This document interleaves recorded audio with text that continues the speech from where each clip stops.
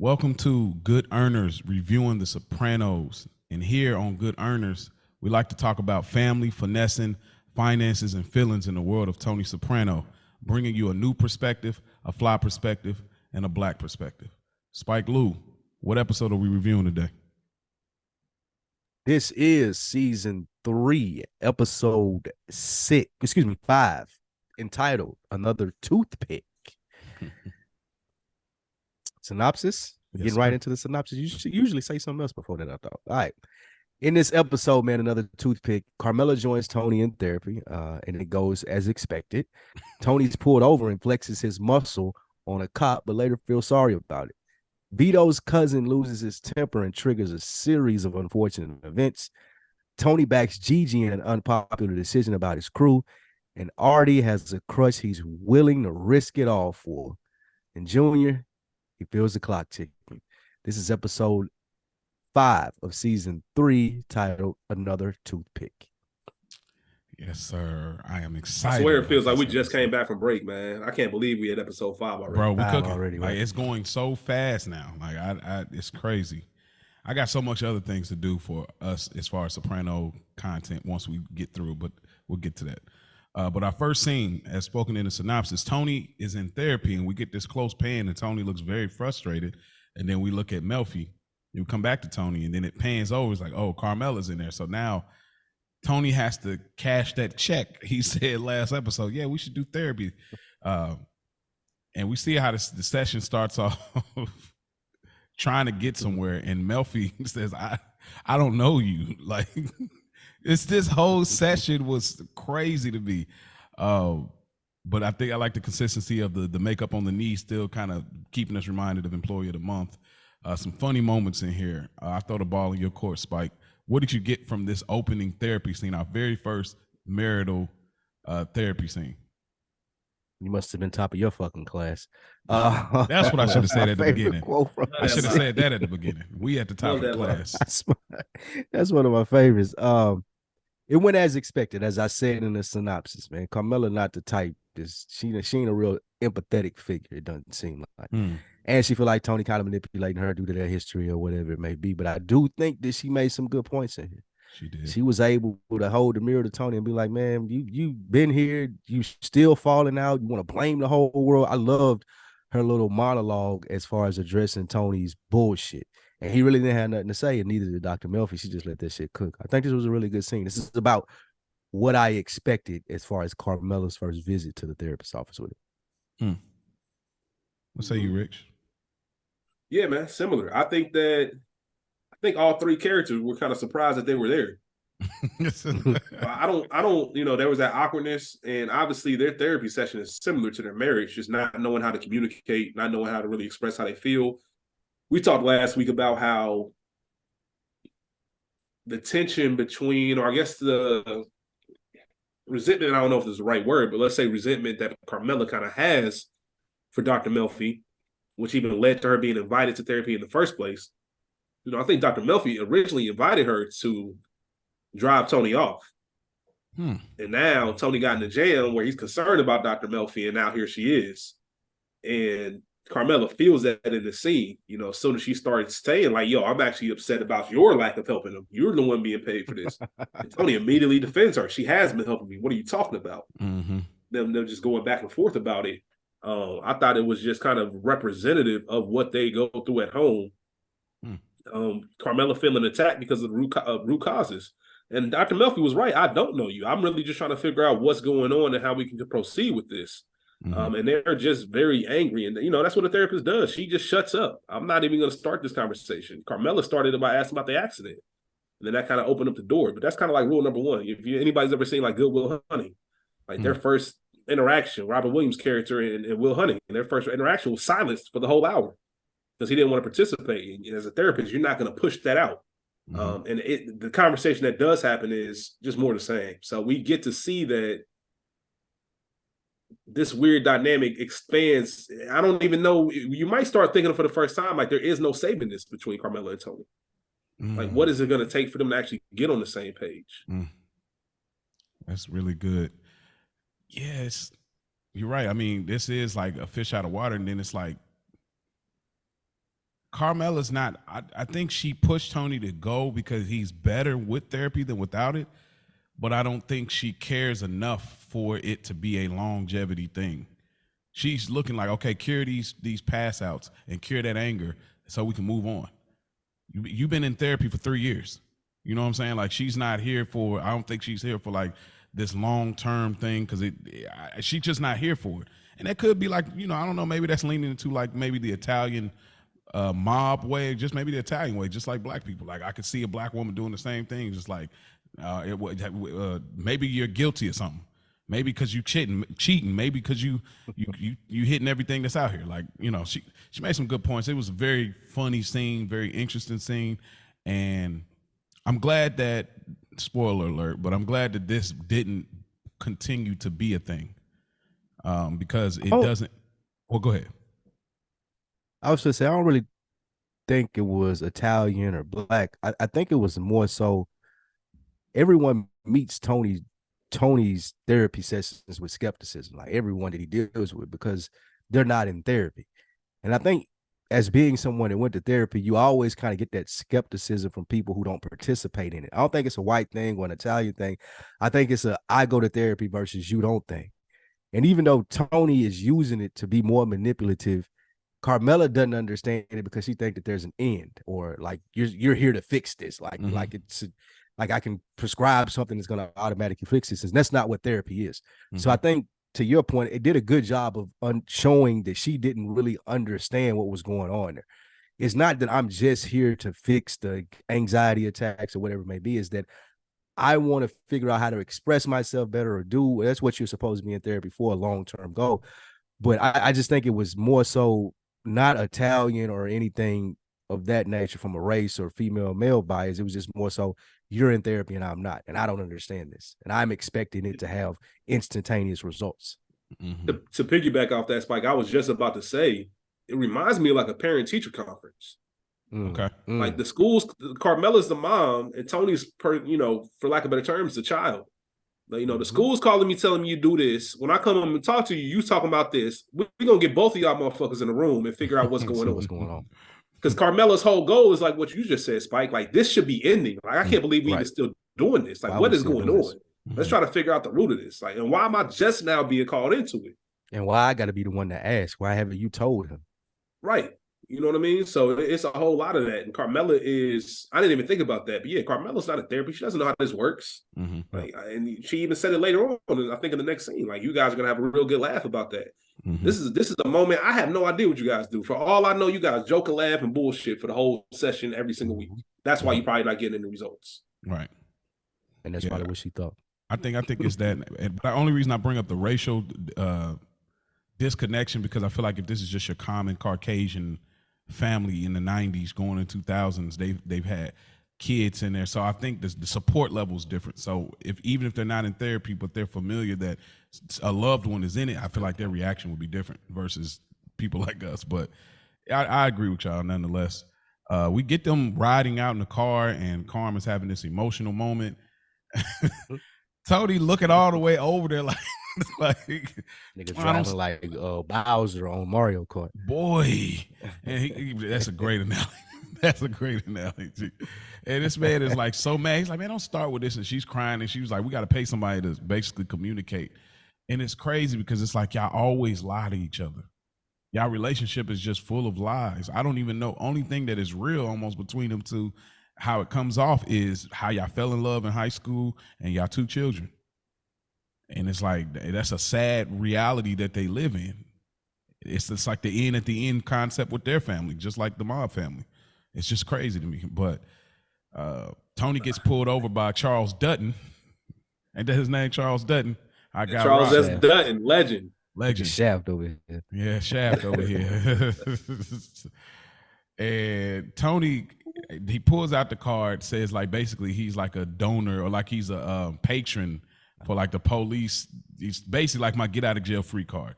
But, he connected. Yeah, he connected, but Dutton ain't going for it, which I get from this whole interaction between Tony and the police officer Leon. I thought it was hilarious it's gonna sound wrong, but that look that Tony gives over, because Carmela's like looking out the window, like Tony peeks over his like his anger, like your reaction is supposed to be like, damn, what's wrong? Like, let's talk about it. He was so upset. Like, you gotta be fucking kidding me. You crying and shit now? And as somebody who kind of doesn't who doesn't have the average compassion or has the compassion of the average person, I can kind of understand. Like, you gotta be fucking kidding me. Like, what are you crying about? Yes. And them just understanding, like, I think it has to do with we've been together for 19 years. We've been married for 19, together longer. Like, you know who I am. Like, I don't understand why this is still an issue. Like, every single day, every single time. And, like, you still here. Like, I think Tony's at the point where, like, if this is what it is, then just leave. Even though we know that's not going to happen. But yeah, the him getting pulled over and trying to force his hand on the law, I thought it was very interesting that last episode, I think everybody unanimously wanted to see Tony get involved with the law and kind of bend his rules. And now he's getting a position where he can, and the guy's not going. Like, this is morals. This is my ethics. Like, I don't care about none of that. I don't care who you know. Like, you were speeding. You were driving recklessly, bro. You could have killed someone. Like, that alone. And I think how you approach everything means the world. Like, just be real about it. You know, he's making jokes on, new shoes, heavy soles. Just out of curiosity, what if I don't shut off the car? Like, if he had a real conversation with him, it could have went a different way. But we know how Tony feels about people who aren't his own. He always thinks he's above the law. Like, don't say it so nicely. Don't say it so like, nicely. who was this Joe Blow pulling? Like, you pulling us over Tony Soprano? Like, who is this nigga? That's what I believe you're looking to. Yeah, shout out to Tommy Davidson. Who are these niggas? Like, who is this niggas? I think that's the words for how Tony Soprano felt. That's what I also always find it fascinating. Yeah. When I see white people get pulled over, they never have to explain that hey, I'm slowly reaching over. I'm going to my glove box. I'm reaching for my insurance. I'm about to reach. You know what I'm saying? Like, that's something you always get with us. Like, just so you know, like, I am just reaching for my insurance. Bro, his car is still running. Yeah, car's still running everything. Like, he knows ain't nothing gonna happen. There's no fear in him. Like, there's nothing gonna happen to me. He called him, man, an affirmative action cocksucker. Yeah, affirmative action he called him a smoke. Carmella a said smoke. Calling a black person he should a be smoke pulling over drug dealers. Yeah, should be pulling over dope dealers. Like, just the world they live in is incredible. And Carmelas even caught in the race. So I'm like, wow, wow. I mean, slick one in there. She's slick. She worse than Tony. Tony at your face with it at least. She worse than Tony, man, on that. Because we see Tony with a stupid. To Tony, this is a stupid problem. This is a dumb problem to have. Most cops, especially if they weren't black, they would have recognized as soon as I said Tony Soprano who I was. We'd have been out of here. Most cops even look at that card and just be like, all right, slow down, like, chill out. Dude ain't going. Officer Leon was not going. He didn't care. And that says everything about him. He represents the straight and narrow, the good. I can't be bought, that kind of person, which Tony isn't used to dealing with. What you get from this? You get everything? You got anything to add to that? We already know about my feelings about authority, and you listen to another weekend of books. Here we go. Like, yeah, I don't think Tony was in the wrong. Like, I get what he was trying. He wasn't disrespectful. Charles S. Dutton was being a dick to me. Officer Leon, he was what did he do that was what did he do that was that? You're trying to be too straight and narrow, bro. Like, this is Spike. As a policeman, you got don't do this today. bro. You have liberties as a police officer, right? Now, McNulty, hey, Spike. McNulty said it best in The Wire. Here we go. Season 4 of The Wire. You're the dictator.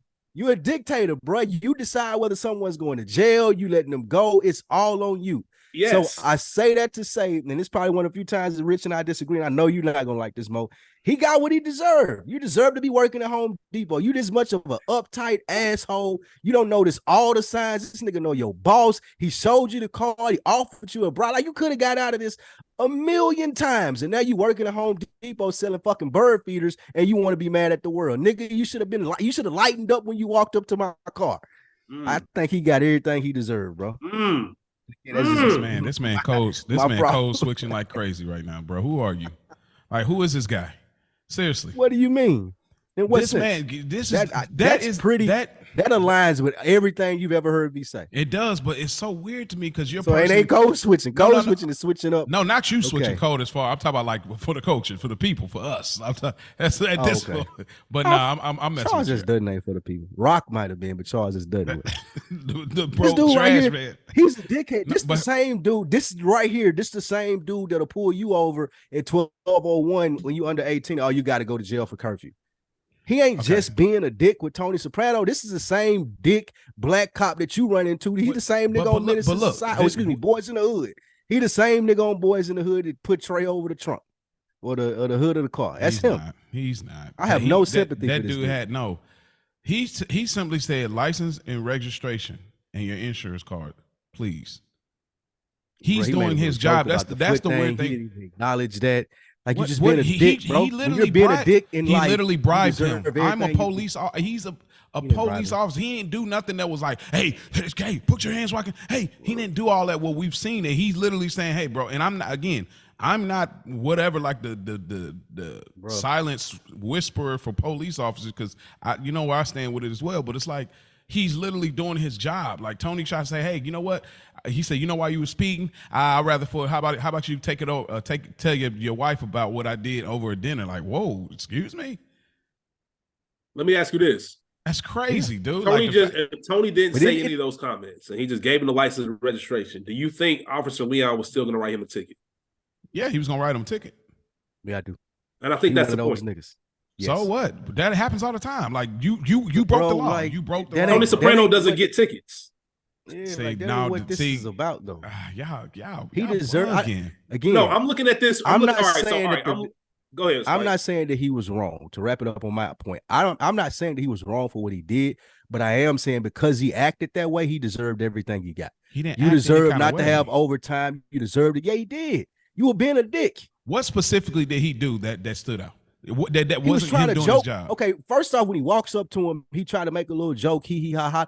It ain't nothing to be cordial with people, bro. Just because he was speeding, driving like a madman, don't mean he's a murderer. You looking at this dude like, why is he pissed off walking up to the car? He automatically, Tony make a little joke like you can't laugh, bro. That's not funny. Like, why are you so uptight? That's and then crazy. We move to the next. Tony make another joke. Do you see how fast Tony was driving? You see how fast Tony was driving? We're joking. You want me to joke, and I just seen you driving 100 miles on the 65. I'm wondering why you're so serious. Funny how, bro? Like, what are you talking about? Because exactly. Why are you so serious about this?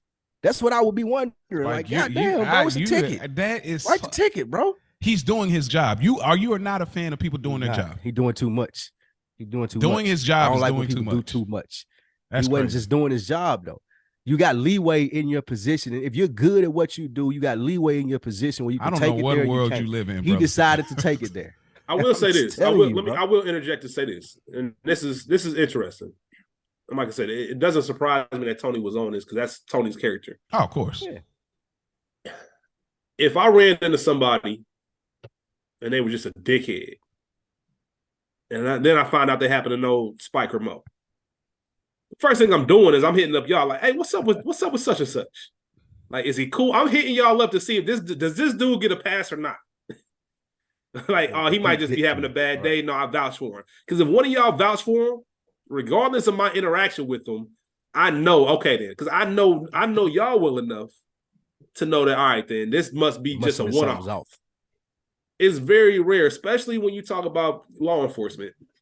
When you pull out that card, and this is a somebody. Like, I know this guy, you know this guy. You know how I got this card. It means something. That means in that world, I got a cousin who's a police officer. It's not worth the trouble of raising it up. But you know, anyway. And I'm not saying he's wrong. I'm not saying they both took oaths. That's all I'm saying. Written him a ticket. They both took oaths. They both took oaths. So according to him, regardless, he took an oath. In the mall that do he the mall cop nigga that you get. I'm not saying he looks like the type that would do too much, but in this scenario, I don't think that fits the bill. I think that they pan it to a way that makes us not like him because we're with Tony. So we immediately see Tony and we didn't like him getting kind of checked in that weird way. So it makes us immediately look at him like that. But I don't think it's really what it is. But I get it. Yeah. So We get another scene outside with a car, and I didn't catch this dude's name, but Vito's brother. Yeah, Spatafor brothers. Oh, that's his brother. I thought it was his cousin. No, that's his brother. Remember, they showed up at the house when they showed up at that house when he was trying to build a ramp. Yeah, sure did. Yeah, so he's a friend of theirs. He's not in the thing of theirs, but he's a friend of theirs. Just affiliated. Yeah. Probably a racket for them too. But so he's waiting outside. Yeah, and this guy, I guess we find out Mustang Sally, this promiscuous woman that I guess dudes are calling her phone all the time. He keeps hearing her voice messages. He gets big mad at the fact that this keeps happening and he can't control her. She goes up and walks up to Vito's brother and she's like, give me a ride. And he's looking dumbfounded like, man, what's going on? And this man comes out and this man goes Tiger Woods on this. Tiger Woods, y'all, on this nigga head. Crazy. Listen, that man head with a putter was insane. It's nuts. A putter? Nuts. Yeah, that's a putter. That's nuts.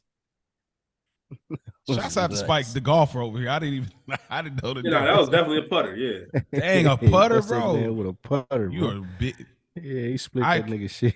We talk about like he's up there for characters I really hate. Like in this show, Mustang Sally. Oh man, I hated it. I was like, bro, get your girl together. If this is your girl, dude, like, look at this dude's hair, bro. Look at his hair. He has the worst hair in Sopranos history. And you're Vito brother. Yes.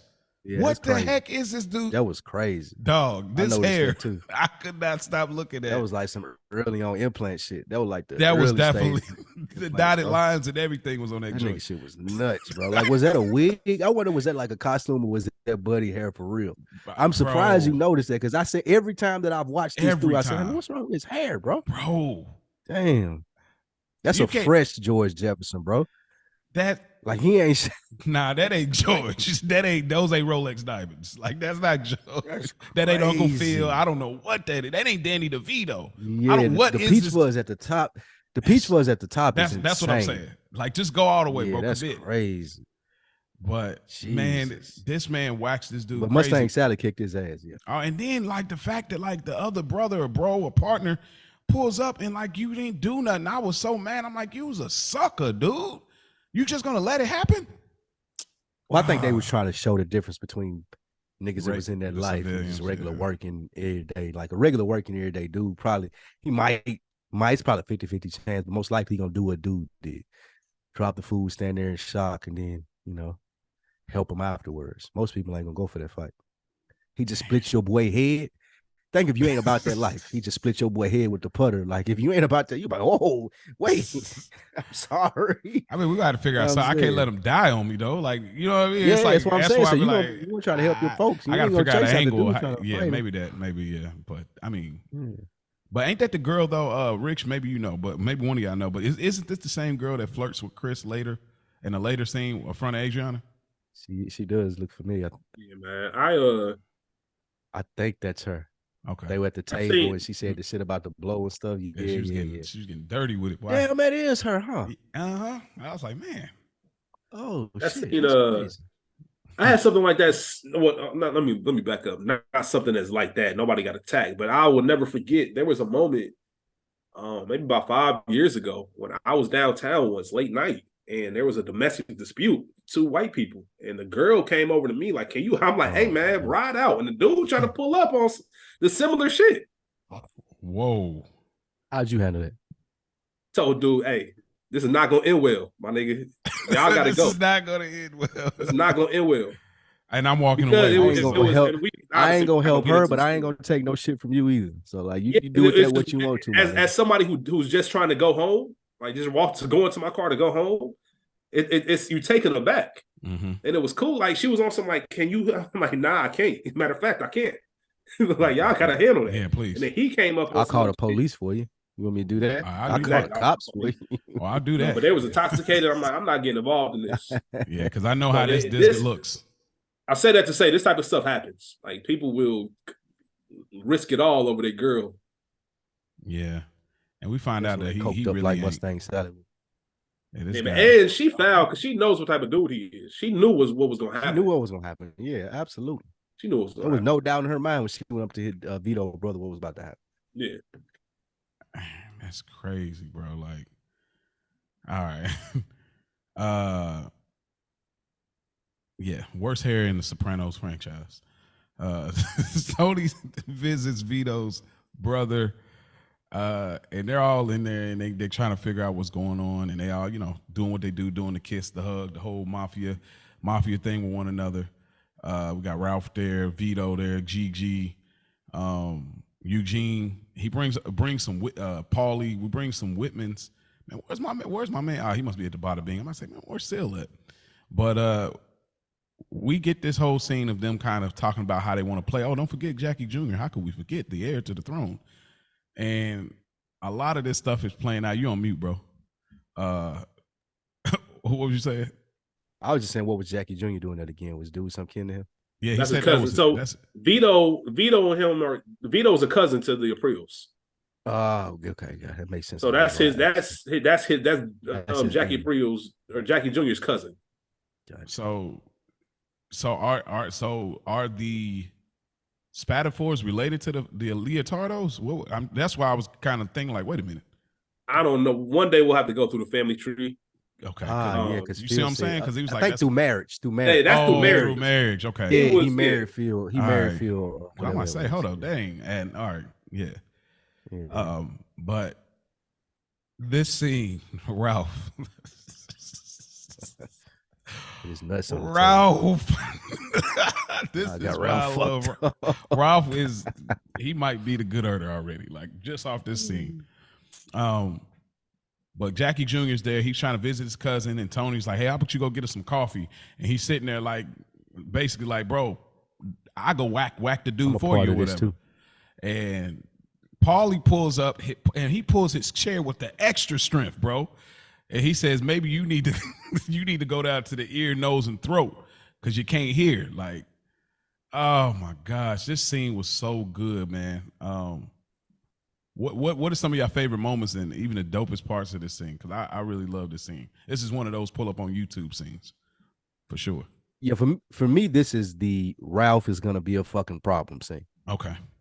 I don't give a fuck how serious, like, don't matter how serious the situation is or how y'all feel about what I have to say. We saw from the last episode, I have relationships with people who are more powerful than anybody in this room, a la Johnny Sacks. So I'm just gonna put my nuts on the table. I don't fuck with the dude who's the captain. I ain't finna do this fake somber shit. And if you need this shit handled, I'm gonna be the nigga that handle it.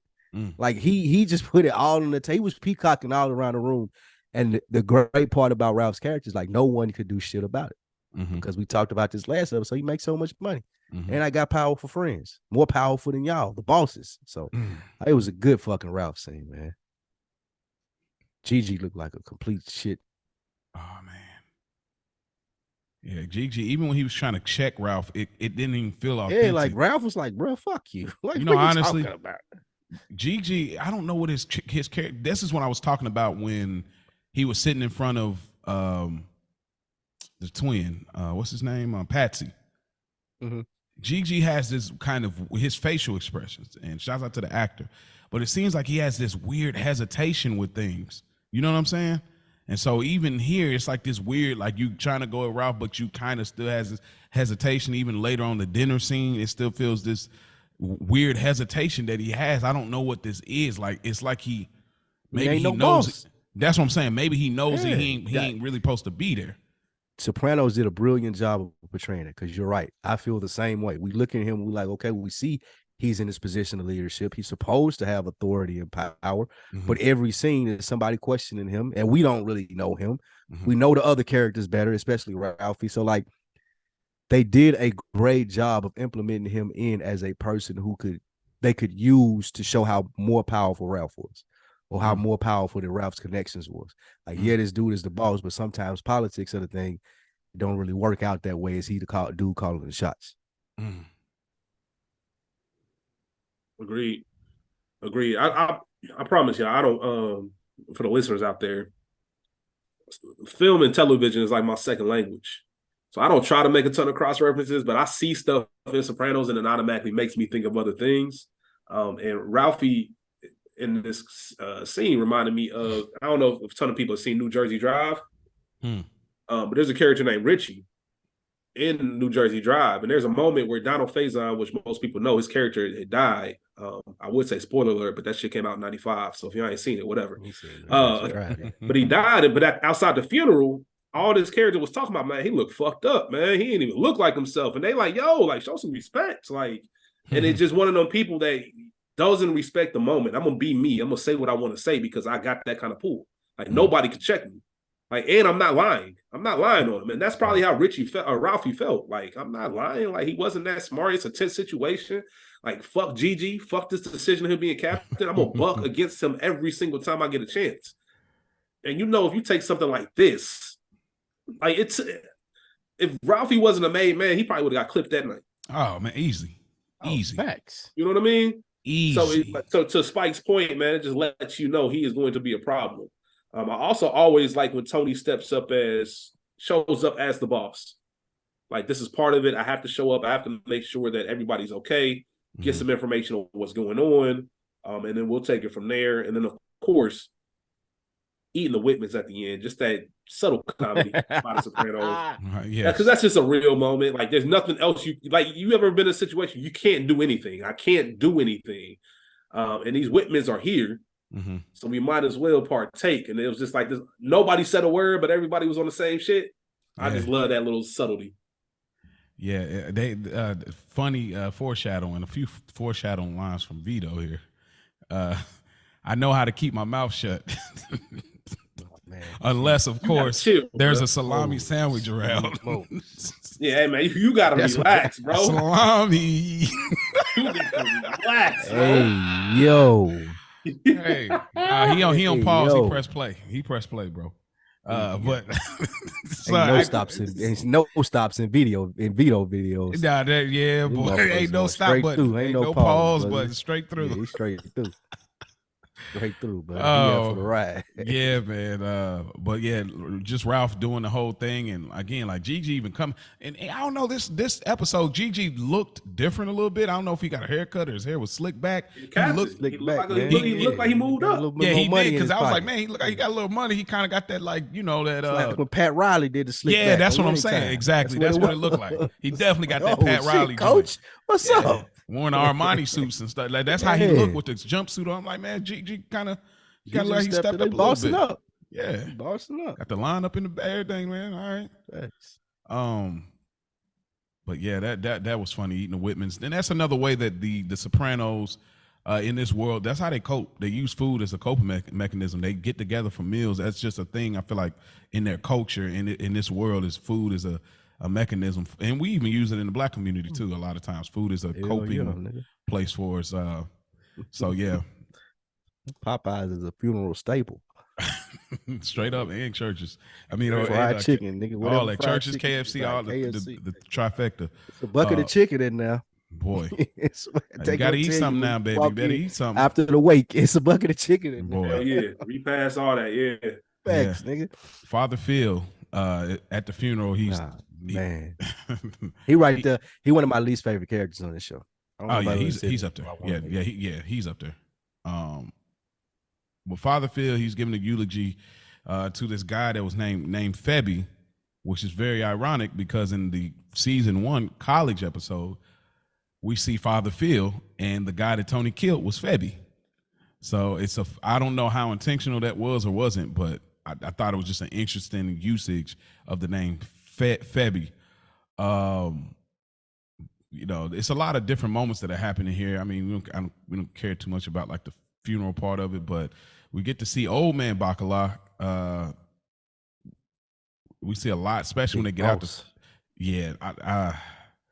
I throw the ball in your court, Rich. What did you get from this scene, like from inside to the outside, as far as what was going on with the AJ, with Uncle Junior, the Janice comments, old man Bacala, everything? It was a lot of layered moments here between relationships, even Carmella, Uncle Father Phil.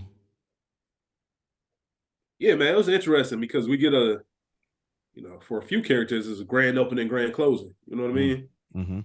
Which we don't see a ton of. We usually spend a little bit of time with these characters. Mm-hmm. We knew something was off with Junior. even when Tony looked back at the service and Junior was just kind of staring out in space, we didn't know at that time, but we know something's going on with him. And there's just this, we've known from previous seasons that Junior has this admiration, for lack of better terms, as well as Livia, with death. And I think that just happens when you get older. You just start thinking about your time coming to an end. Mm-hmm. So I immediately took it as that, like, Junior just going to another funeral. Like, I joke with my mom all the time. Like, she goes to funeral. I'm like, dang, like, is that really what it comes? Like, you get to a certain age and it's just people start going. Yeah. And that's just the reality of life. So we get to meet these characters. We get to see that OG Bobby is super sick. Like, that cough made me uncomfortable. Was you about to cough watching it? Yeah, like, very uncomfortable. It makes me uncomfortable watching it. Like, I feel I want to go through the screen and help him out. Yeah. Like, sit down, take a seat. Like, why are you Here's here? a lozenge. Here's a lozenge, my nigga. Bro, yes, he made me want to cough. This is bad. This is not normal. You just walking around like this. But the awkwardness between Carmella and Father Phil, Junior taking offense to Janice's comments about another toothpick. And then we also find out an important, have some respect. Yeah. And that, you know what? It's funny because that goes back to the point y'all just made about food being a coping mechanism. Like, it's a sign of weakness when you skinny and you small, and people assume you sick. Junior alluded to that. Like, if people know you sick, they're gonna treat you different, all of that. Whether you fat, that means everything else is fat in life. Everything else is robust. But we found out an important piece of information, which is Mustang Sally is Bobby Bacala Sr.'s godson. Right. And how that's going to play out. So all of these things, all these new characters that we're meeting are connected in some way. We're just trying to figure out where it's going. What this show does a really great job of, why it's one of the best shows ever, is the seeds that it plants. Similar to Game of Thrones, similar to The Wire, you can go seasons before shit plays off. The biggest thing, I piggyback everything that Rich said, he's absolutely right. But the biggest thing that sticks out to me in this is when he's talking to Bobby Bacala's dad. And he tells Junior, you got them all fooled. You sly fox. And as the audience, we see that and we're like, But then they pan to Junior, and it's almost like, well, does he have them all fooled? Or is it like the balance that the Sopranos plays throughout the whole series of us trying to figure out, is Junior old and crazy, or is he doing this shit on purpose? And this is one of the seeds they planted with it. Like, if you're a fan of this show, you study it like we do, of course, this scene starts to open up, of course, with something with season 6 that we see. And you're like, well, damn, did he do that on purpose? Right. Is that Junior being Junior? Yeah. Because everybody mentions him. Even Livia said this before. Everybody said, Uncle Junior, he's a sly fox. So we have that in our head as viewers, and we never really know, is he old and senile, or is he doing this shit on purpose? Great job by the writers. Reminds me of a conversation we had about Livia. Yeah. Exactly. Same thing. Same they thing. just transferred it to him. Yep. Exactly. Just because they transferred certain elements to Janice. Yep. And they transfer, I feel like, some of that stuff to Junior. To Junior. I agree. And I thought it was to just the last season. That even to the last, all the way through. And I think, it was funny. Just like they said he was 94 pounds. And it like, he's always been thin. Like, he's always. How you remember that? Like, and it's the fact that, like, Janice, like, she just looks disgusted at, like, because then they bring up another person, like, the lung cancer, like, that cough. Like, what are you so disgusted about? Like, it's just her face. Like, she's so. I was like, dude, relax. Why are you so offended at the fact that somebody, like, if she was offended, they were going to die or something? And then it's like another toothpick. Like, bro. Another toothpick. What does that mean? That skin and bones, I guess. I don't know. Yeah, just nothing. Bones. It's all it's a big nothing, I guess. That's what I look at it like. For her, another toothpick. What are toothpicks? It's really essentially nothing. Like, it's it kind of goes back to what I was just saying about how, look at Tony, especially as the season goes on, the more powerful he gets, the bigger he gets. That's true. Yeah. In size, in stature. You get sick and you get small. You see these strong men, especially when they get cancer, things like that. They just start decaying. To become a smaller version of themselves. I don't want to spoil anything, but there's another character that we see that with later down the line.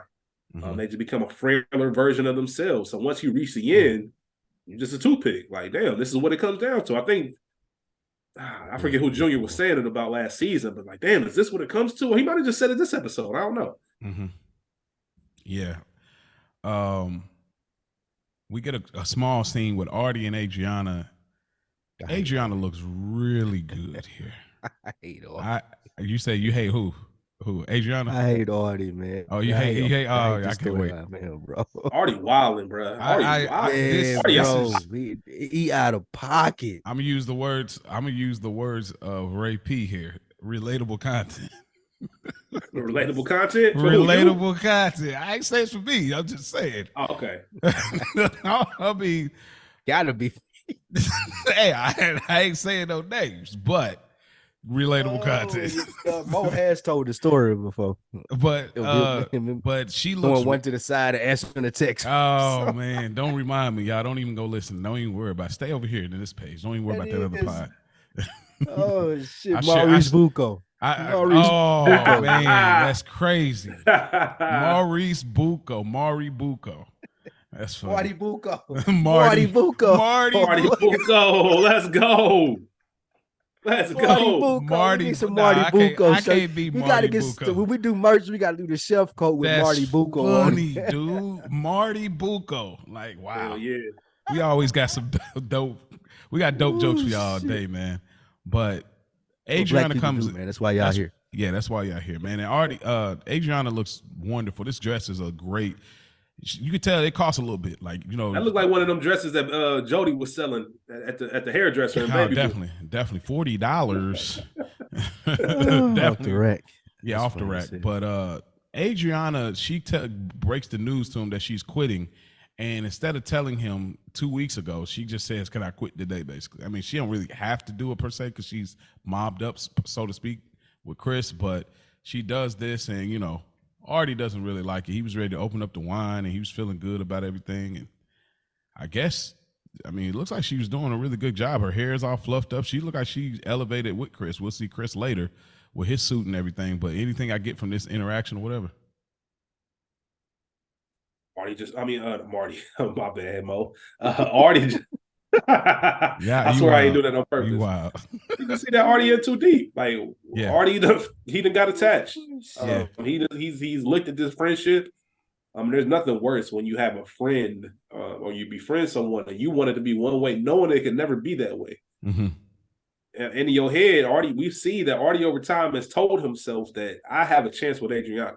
Yeah, and he strongly believes this, as we see in the later scene. And it's just wild to people like us who's watching this. Like, what the fuck are you on, Artie? It's funny to Tony too. Yeah, like don't ever repeat that. Don't ever repeat ever. Like, I think for a lesser season Sopranos review pod, if you hadn't watched it all the way through, you would think that Adriana's kind of complicit in this. Like, she a little friendly. She like a little doing a little too much. But as we see throughout the series, like that's just Adriana. I don't think that she doesn't pick up on the cues of what people are trying to do and how she's being manipulated, hence her being with Chris. But yeah, I agree with Rich, man. Like, Artie's just doing too goddamn much, bro. You're a married man, you well off, you got kids, businesses, like you're trying to put it all on the line for a hostess. Like, bro, you're like smitten over a chick that works for you. That's never good. Especially when you got a wife and kids, bro. Like, you crushing on the bitch that works for you. Oh, you need to reevaluate. Well, you know why? You know why though? I may save it. I'll save it for when we get to that scene with him and I'll save it because I want to go more into it, but I'll wait till we get to that spot. Junior and Bobby are playing checkers. Yeah, I feel like this is very intentional. They're playing checkers, not chess. I feel like neither one of them could play chess, and I don't mean literally, but stop. Don't do Big Bobby like him, man. You know Bobby, one of my favorite characters, man. Yeah, but you know good dang and well. Like man. How he was whacked. How he was whacked. That tells you could never play chess. Yeah. That wasn't him. Well, that wasn't him. That wasn't his fault. Excuse me. But that wasn't his fault. You're right, but at that time, you knew what the heat was on, so you was like moving. Yeah, I can't wait till we get to Blue Comet. Did you just give a spoiler? Did you just give a spoiler, Mo? I just said how he was whacked. Like, that's it. I didn't say where. Bobby Bacalaw, you said you were talking about him being whacked in season 3. Jesus, peace. Edit this out, Mo. Hey, look, Jesus, yeah, that's edit the that last. out, It's the man. last season, and it's the very season 6B. Edit So that. Well, it's- stop. Just stop. Just Bro, stop. just Hey. stop, Just man. stop, bro. My goodness. I'm just Hey, telling I y'all, meant to y'all say can something. still I just ride got the People that journey. listen to this show, it's people that listen to this show that have not watched it. They watching it through and through. Bro, And I've you know li- what? Pick you it know up. how many Maybe we shows get I've new listened Sopranos. to? I've listened to so many podcasts, and it's dang near impossible to not spoil one Marty thing. Bucco. His Marty Bucco doing Marty his thing. Bucco. Like, try- Wow. I didn't It- know. I didn't know you could bail yourself out. I didn't know Bell's bondsmen could bail themselves Marty out. Bucco. Oh, man, Why you yeah, pulling the man. Marty I Bucco? could sell it. I got the bag, bro. I can get out. Oh, shit, I man. get in the We situation. don't know I get what out of the happens. situation. We don't know what happens to Big But Bobby, man. but Bobby, well, we don't know what happens, but understand that Bobby is not a chess player. That we I don't can't agree with that. understand. You I know, don't I know. don't agree with That's- that. that's- You know I Can't you say that Bobby got a lot on his mind? His dad finna go do a hit that Yeah, nigga can like- barely breathe. I gotta take care of Okay, Junior let me old just ass. ask I don't this. know if this Let me nigga ask this. manipulate me What- or what. Let me ask this. Just give me a scenario. Any time that Bobby has ever played chess, ever. Well, Home I videos. would be spoiling it. I would be spoiling it. Home Okay, videos. Home video, that wasn't chess though. Put a di- well, he did. Because put a that deal really, that together for actually home could have videos. still playing checkers because that could cost you. So that really You ain't talking chess. about the main thing, the beeline story or the beeline plot of that episode. He put a move together, and even before that, like I said, I don't want to spoil it, but there No, I are get what you're saying. a couple of moves that Bobby made. So, oh, okay, I see you, Bobby. Yeah, especially Okay, when he starts dating a particular person. Yeah, Yeah, like but that's that- one. that That's one- one of the that- biggest chess that moves. but that wasn't like But you he- can he didn't get the same fate that other two dudes who dated her did. you Like, can he play was a- able to move that around. he like, was, but you could play a $5 scratch off and just happen to get $100. That don't mean you was like, oh, I'm about to get 100 because I played this. Don't $5. dismiss Big Bobby. I'm not I think- dismissing. yeah, I I just think don't you think downplay Bobby, Big Bobby. Big Bobby got Yeah, some gangster acumen, man. I give it to him. I you like you Bobby. throw gangster around like people throw classic. These niggas fire is in around. the mob. What you You talking throw that about? These around niggas is crazy, in bro. the You mob. say Janice is the biggest gangster. You throw She gangster is. around. She got bodies.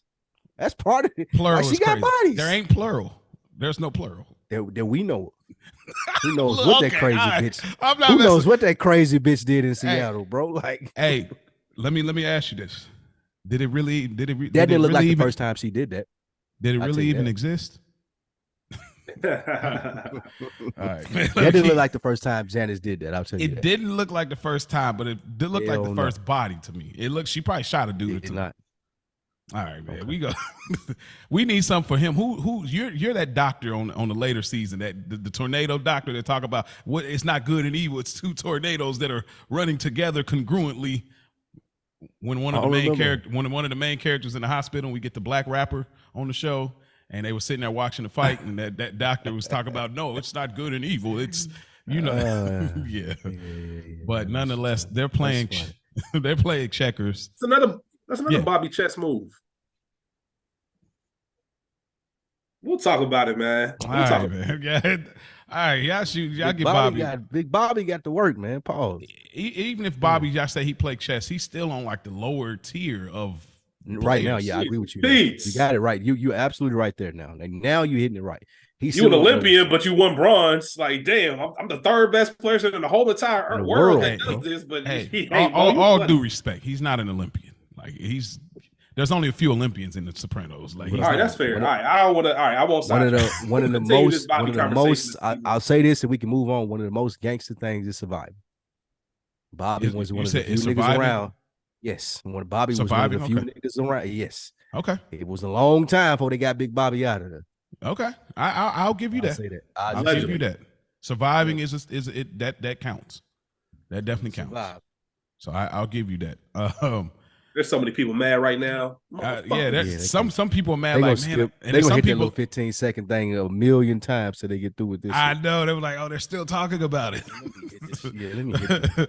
Man, I'm not putting timestamps, so don't even worry about it. I ain't got time. That's funny. But he's playing checkers, and Junior starts to lose his whereabouts. It looks like here, or I guess now we find out maybe his mind. He has a lot on his mind, as Rich said, and we find out that his dad, old man Bacala, has been retired for 7 years. which is commendable. You know, that you can actually do that. I think that really does exist. But I felt Bobby. Boca. Yeah, shout out to you. Shout out to Eugene. Mm-hmm. Boca retired, man. But I felt Bobby here. Play shuffleboard. And Junior was like, man, what is this, the Navy? Like, what are you talking about, bro? I loved how he just like snapped back into it. And then Junior does this again. It's like, you know, I'm the boss of this family. Boy, he Bobby's the only one left that he could get this off with. But even then, he shoots himself in the foot later in the episode. But did y'all get anything from this interaction of the checkers and the conversation amongst them two? I think this is where we find out that Tony approves old man Bacala to do the hit at this point. Yep. Yeah, more so just that it's rare that you go against the boss's order. Mm-hmm. So you just know how Bobby felt about this if he went to Junior to ask him to talk to Tony about this. Mm-hmm. And it's personal for him. You know what I mean? Mm-hmm. And they call themselves gangsters. So Junior sets up. He meets with Tony at his attorney's office, and we find out here that Gigi came up with the idea. It's really interesting. Like I really wanted so much context, and I wanted to ask y'all, was this a good idea? It was smart on surface. On surface, it was smart. This is my godfather, or he's the godfather. Mustang Sally reached out to him, you know, to try to set up a meet or try to get some kind of, immunity for what he did. You wouldn't suspect him, old man Bacala, to go in there and hit him. Obviously, you trust him enough to bring him in. So it did make sense. I understood it on the surface. Now, is this the right person to have done it? Should Tony have approved it? That's a whole nother conversation. But it made sense as far as the strategy of it. And I don't think that we see in that funeral scene that Tony pulled Junior to the side like he's really sick. So I don't even think he knew that he was sick until he saw that cough and saw his condition. I think if Tony knew how serious it was, maybe he would have went against it. But chain of command is a big thing. Like, this is Gigi's call. I made him captain. Mm-hmm. And I think it goes to show, I don't know if Tony's 100% sold on the fact that he made Gigi captain. I think he's still questioning it. And to make himself feel better, he's going to roll with what Gigi has to say. Ooh, that's good. Well, I can't wait till we get there, because now, you that's good. This month spitting. Yeah, it's important for him to back him up, because this decision lies on me. If Gigi fucks up, everybody's going to look at me crazy. Because a lot of people think Ralphie should have got that anyway. Yeah, and Ralphie's already bucking back. So yeah, it's a difficult decision as a boss. Rich went into it a lot, but you put this person in a position of power where they make a call, you want to back them, and now you got these people around you who have more experience than him, who are more accomplished than him. Mm-hmm. They're telling you that it should go differently. Ralphie said it in the doctors, in the operating room. Like, man, I ought to be doing this. Mm-hmm. Now Junior coming to me and saying it. A little bit later, somebody else brings it up. And Rich brought up a great point. It's like, well, I made this decision. If I go against this nigga, then like, when am I going to trust him to make a decision that I agree with? Like, every time a decision is made, somebody's going to have a problem with it. They're going to come to me with it. So I got to make my choice to ride with him in the beginning, so people know later on that I ain't trying to hear this shit from y'all, because he's the captain over there. And that's to Tony's detriment. Like, that didn't benefit him well as a leader, because he wasn't able to make the best decision possible. Mm-hmm. The best decision wasn't old man Bacala going to do this. Mm-hmm. But again, like Rich said, since Gigi made a decision, I made Gigi the captain of that crew. I don't want to look crazy as the boss. I have this whole persona that I'm trying to keep up. I'm going to ride with him to the dirt, even though there are smarter people, more accomplished people telling me, hey, bro, you might want to reconsider this. And that's a dangerous position that Tony's in right there. Absolutely. Great plan, wrong execution. Yep. Or is it the other way? It was a great plan. Like, it made complete sense. If Gigi would have brought this to me, play or play? Great plan. Oh, great plan. Okay, my bad. Okay. Great plan. Like, if Gigi brought this to me, it would make complete sense. I just would have loved it if it was anybody else but Old Man Bacala. Yeah. I mean, and it's interesting because Old Man Bacala didn't have to do it. He didn't have something to live for, as Tony said. Yeah. So that was a great line, and just a very interesting choice. I mean, we'll find out later that like Old Man Bacala was known as like the Terminator. You know what I mean? Like he was one of them dudes. He probably was like a Sammy the Bull type dude. Like he really. It's hard to retire from that life. You know what I mean? Yeah. To quote the movie Heat, man. For me, the action is the juice. That's the juice. Man, look. You know what I'm saying? Yeah. That's what I do. This. I wake up out of bed. I get out of bed for shit like this. Like I've been retired for 7 years. Hell yeah, I'm down.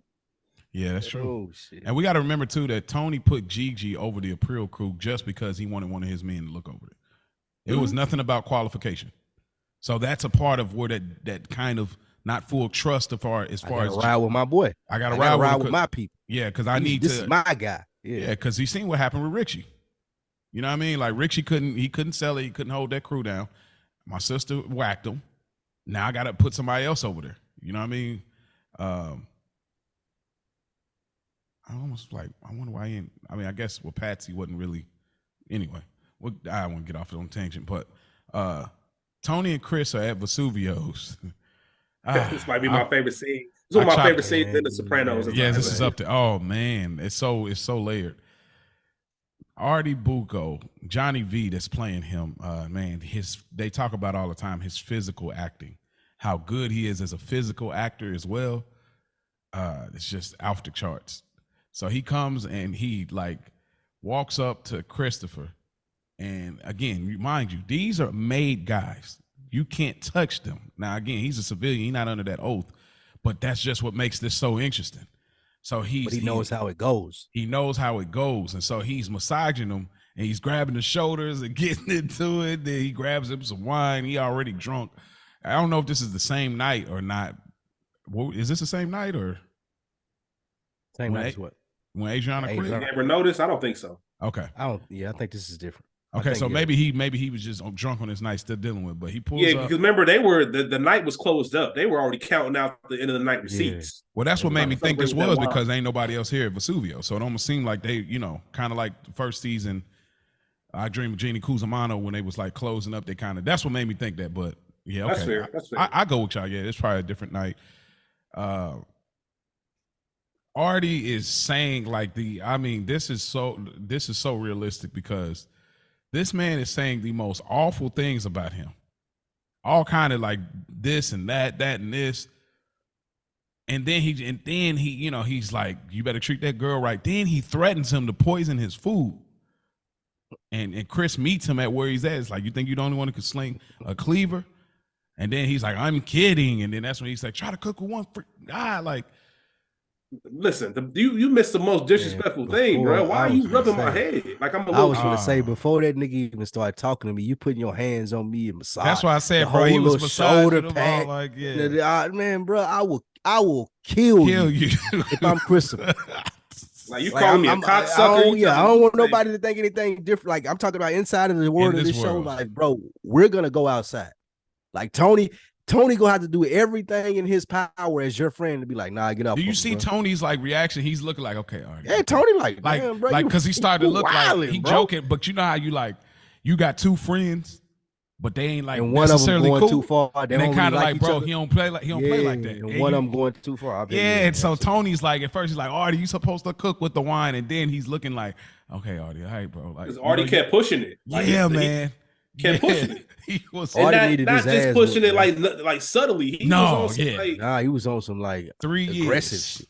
3 years. And if I'm Chris, again, we've seen Chris' journey to made man status. Like he don't take lightly like being disrespectful. We remember the donut scene. Yeah. Like we remember that. Like it's only for the strength of Tony that like, man, Artie, we finna go he was outside, holding on because of Tony. I might pull the strap out in here and shoot you in Vesuvio's or whatever it may be if you keep playing with me, bro. Like the only reason that we ain't done that is because Tony right here. I mean, Chris's grace, he really let it marinate after Tony married, bro. Like he was really just like, and then even like Artie messing up his hair and then snapping back out of it, trying to fix it back. And it's just like, bro, you do it too much. Then that last threat was like the over the top. Like, if I were you, I would hire a food tester. What? Who are you talking to? First of all, he called him a cocksucker. Like, Yeah. bro, who are you talking to, bro? Dog. Then what else he call him? You better be good to that girl, cocksucker. Like, what, bro? Like Chris did everything in his power not to smack him at the table. That's what was so respectable. After the cocksucker remark, like, bro, like, hold on, bro. Like, who are you talking to? And then to say that, and I've seen this. I've been around bros where they go back and forth and they start saying lines that's not really funny no more. Let's just get personal. And then, it's personal. Just get personal. Then they say, I'm just playing. Like he said, I'm just fucking with you. Nah, bro. Nah, ain't no, you too late, bro. No, you way past that. No, I'm just fucking with you now. Dog, I swear, when he go like, I'm kidding. Nah, bro. You want a kid with one eye? Because called him a piece of shit, all types of stuff, man. That's what I was like, dang, bro. I was on one. Artie was on one, He bro. was Like on Artie should one. have.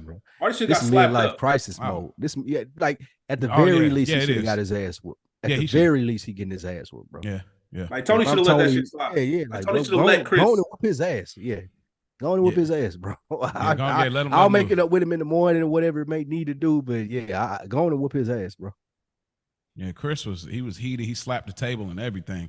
Then Tony grabbed. And it's this thing where Tony grabs Artie up. It's almost like for one moment, Tony was like still in mob boss mode. And then he had to kind of remember this is my friend because friend mode, right? Because Johnny V, the way he's playing Artie, he really looked scared when he grabbed him. He looked like, oh my God. Like, Bruh. And then, so it's almost bullshit. Like, bro, it's like, oh man, you know enough about what we do, our culture and our life. Like you're playing with me right now. Mm-hmm. You know enough about what's going on. Like this is dangerous. Mm-hmm. It ain't you wake up the next morning, me and my homeboy may have gotten into it. Oh, man, my bad, man. I'm sorry. I drunk a little bit too much. Oh, bro, that ain't what this is. Like, we kill niggas for way less than this, bro. Like, this is not us having a food fight at my house. Me and you go back. We could throw food at one another and we can laugh about it. This is not the same thing, bro.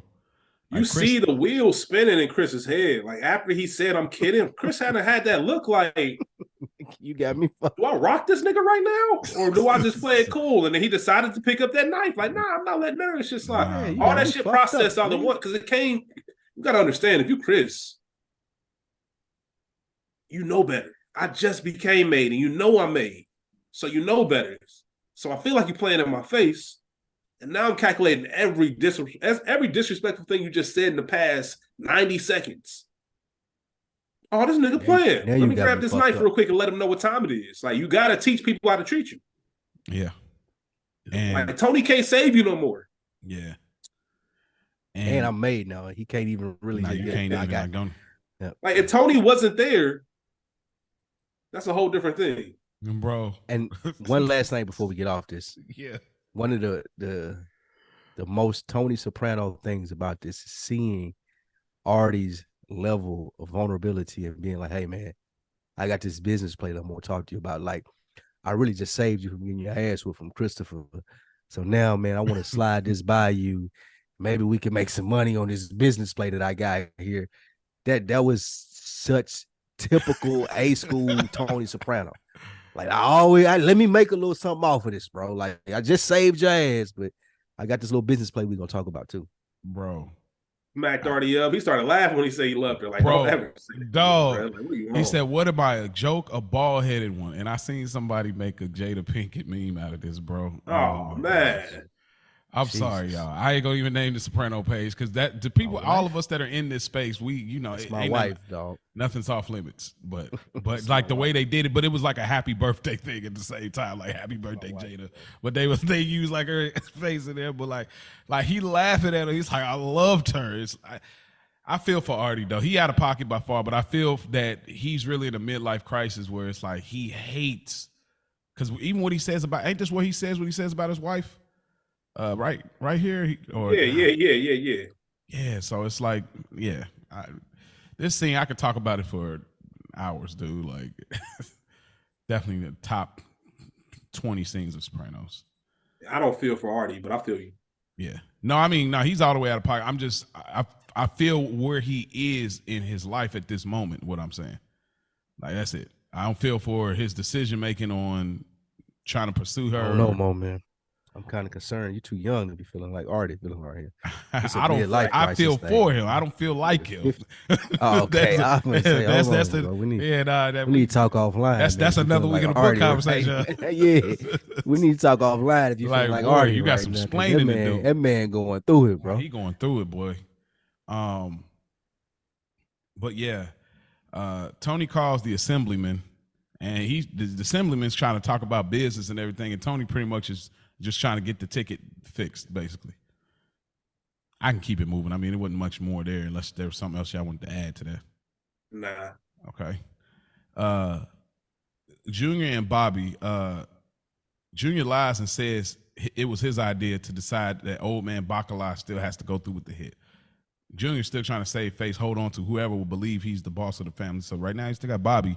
Bobby's probably the only person that kind of believes it. So he knew he couldn't just say Tony decided against it. But when old man Bacala comes in and he's coughing up blood, then that's when he starts to say, I can't believe he still wants him to go through with the hit. So that's where it's revealed right there. You're not boss. You did talk to Tony. So, and like the way he did it, that whole thing, and I didn't even notice, that's what Sopranos is good at when he said Teddy Roosevelt once did a speech with a bullet lodged in his chest. Some things are a matter of duty. That was a hard bar. Like Junior be having some hard lines when it on this show. Like, I'll be honest with you, bro. The steering the ship, the Thanksgiving ham under your arm, like could choke an elephant. Like, he be having some hard lines. We're not making a Western. Like, boy, like, Lies of Fox, man. So far ahead, so far behind, he thinks he's in the lead. Man, he got him all food. He got him all food, man. Man, come on, that's tight. But what did y'all get from this thing? Just old man Bacala coming in, and we're seeing Junior. They're kind of from the same mob generation. It's always an interesting thing. What did y'all get from this transaction? Junior is dealing with his mortality, man. Okay. We hear later on in the episode what he's dealing with specifically, but he feel like he's getting old. He's seen Livia die. He's seen other people die. We've seen that it's affecting him. Johnny. Seeing old man Bacala like this, he's like, shit, man. And I don't know if he's got the information yet that he has what he revealed later on in the season, or if it's beforehand. This is episode. Oh, the other. You talking about the other? Yeah. The information that he revealed to Tony, I'm not sure if he had it yet, but it just seems like he was a lot more empathetic with what old man Bacala was going to, because maybe he was sick, maybe he feels old, but you could definitely feel him feeling for old man Bacala and not want him to do this, and that causing more of a divide between him and Tony. Yeah. Yeah, and we get old man Bacala. He just says basically, I want to do it. Like, I want to give me something. I want to live. I got to do this. I want to do this. And so, Steve Sharippa's acting his behind off, like here, like with the crying, like he nailed this whole episode of getting emotional. He spoke about it a little bit on Talking Sopranos. If y'all want to get some insight a little bit on like having to stay in this trailer and really go to a real emotional place and stay there for these scenes, it was really hard to shoot. So yeah, he talked about it on Talking Sopranos podcast. If y'all interested in how he was able to get this off. Anything else you want to add to this, Rich? No, pretty much it. Just the fact that old man Bacala wanted to do it. You reach a point in life where I was put here for this, and if it goes bad, it goes bad. Like, fuck it. Like, this is I'm on my way out of here anyway. I'd rather them niggas kill me than cancer kill me. Yeah, like I can't. I'm cool if I don't have to spend another day spitting up blood. Like, it is what it is. Like, if I'm gonna go out, I want to go out doing something I want to do. People say that all the time about their occupation. If I'm going out, I'm gonna go out doing this. Facts. Yeah, I'll be honest with you. Old man Bacala is one of my favorite one-off characters. I got him there, and I got Massive Genius. I knew you. Oh yeah, they ain't never gonna die. That's the I'm getting shirts with that, boy. Not a game, bro. Bro, I was literally about to guess for you said who your second favorite was. I bet is Massive Genius. He's still number one right now. Like, I ain't had nobody to pass him. Like, yeah, Massive Genius, absolutely. More than Tretch. Who my favorite one-off character is? More than Tretch. I like Lord Jamar more than Tretch. Yeah. Hold on, Lord Jamar was Tony Soprano, original gangster. I thought he was played by. He wasn't played by Treach? Am I tripping? No, Trex was his partner. Like he was like one of. Okay, the, I got you. He was in okay, his okay. crew. Yeah, Lord Jamar was the actual one that was in the hospital. Like, yeah. So he's like, man, hold the antenna. Yeah, but yeah, that definitely. We'll see a few more. We're gonna start seeing it more and more. I mean, I guess even this cop. I know he ain't in nobody's list here, but he's a one-off character. But yeah, definitely. Who Charles Dutton? Yeah. That So nigga on the very low end of my list. Yeah. I might ask you at the end, like, what's your favorite role he ever been in? But we'll get there. Charles Dutton? Yeah. I know my favorite role. He was so loud and yeah. There's only one right answer to that. Just give it to me. What's the right answer? Rock. Nah. Low down dirty shame. Oh, bro. Low down dirty shame. Bro, he was over so Rock? Bro, yes. Yes. I might take minutes over Low Down Dirty Shame. He was a scumbag in Low Down Dirty Shame. I know, but it was so funny, bro. Like he was like Mendoza. Like he was so loud. He was going. So he put that knife up. Bro, Rock is a classic character in the hood, bro. We need to handle this. Like, dude, it was hilarious, dude. Like, but did you watch Rock? Was you? I did watch Rock. I did watch. Were you old enough? Yeah, I didn't grow up on Rock, but I did watch Rock when I didn't have cable. So as a grown up. So you like just random episodes? Have you seen like full seasons of it, like Tommy and the granddad and shit? Like Rock was legendary, man. Yeah, Rock was a legend. I'm not mad at it. It ain't for me, but I ain't mad at it. Like, I get it. I mean, you know. I feel like Rock would be a show that you fucked with if you sit down and sit with it. It's right. I mean, the messaging was granddad and Tommy. I like the granddad. I liked his brother. They were cool. Yeah. Sometimes it's his acting style. That's Charles theater. I know he's a theater actor, so he's overly That's his dramatic. best contribution to society is his role as Rock. That's it. All right. This guy, we got to find. Hey, Rich, help me come up with a name for him, man. We got to come up with a name for somebody. He jumps way out. He's jumping way out there. That is, man. That's his best contribution to society. His role as Rock. This is Soprano pool, Soprano deep end over here or something. I don't know, but. We get a small scene with Artie and Charmaine, and he's talking about going into business with Tony, and he's trying to, basically create products, and he wants to name his product Sacrials. So he wants to ride the wave with Sacrials, and she was like, well, why not Vesuvios? Well, Tony's got a guy that has done a study that people don't like to buy products that start with the letter V because they remind you of vagina and Vaseline. What in the world is this? Oh, I cried when I see this, bro. I was like, what? Midlife crisis, man. So, but again, Charmaine, she just is. I don't like how unsupportive she is. That's what I'm saying. That's why I think.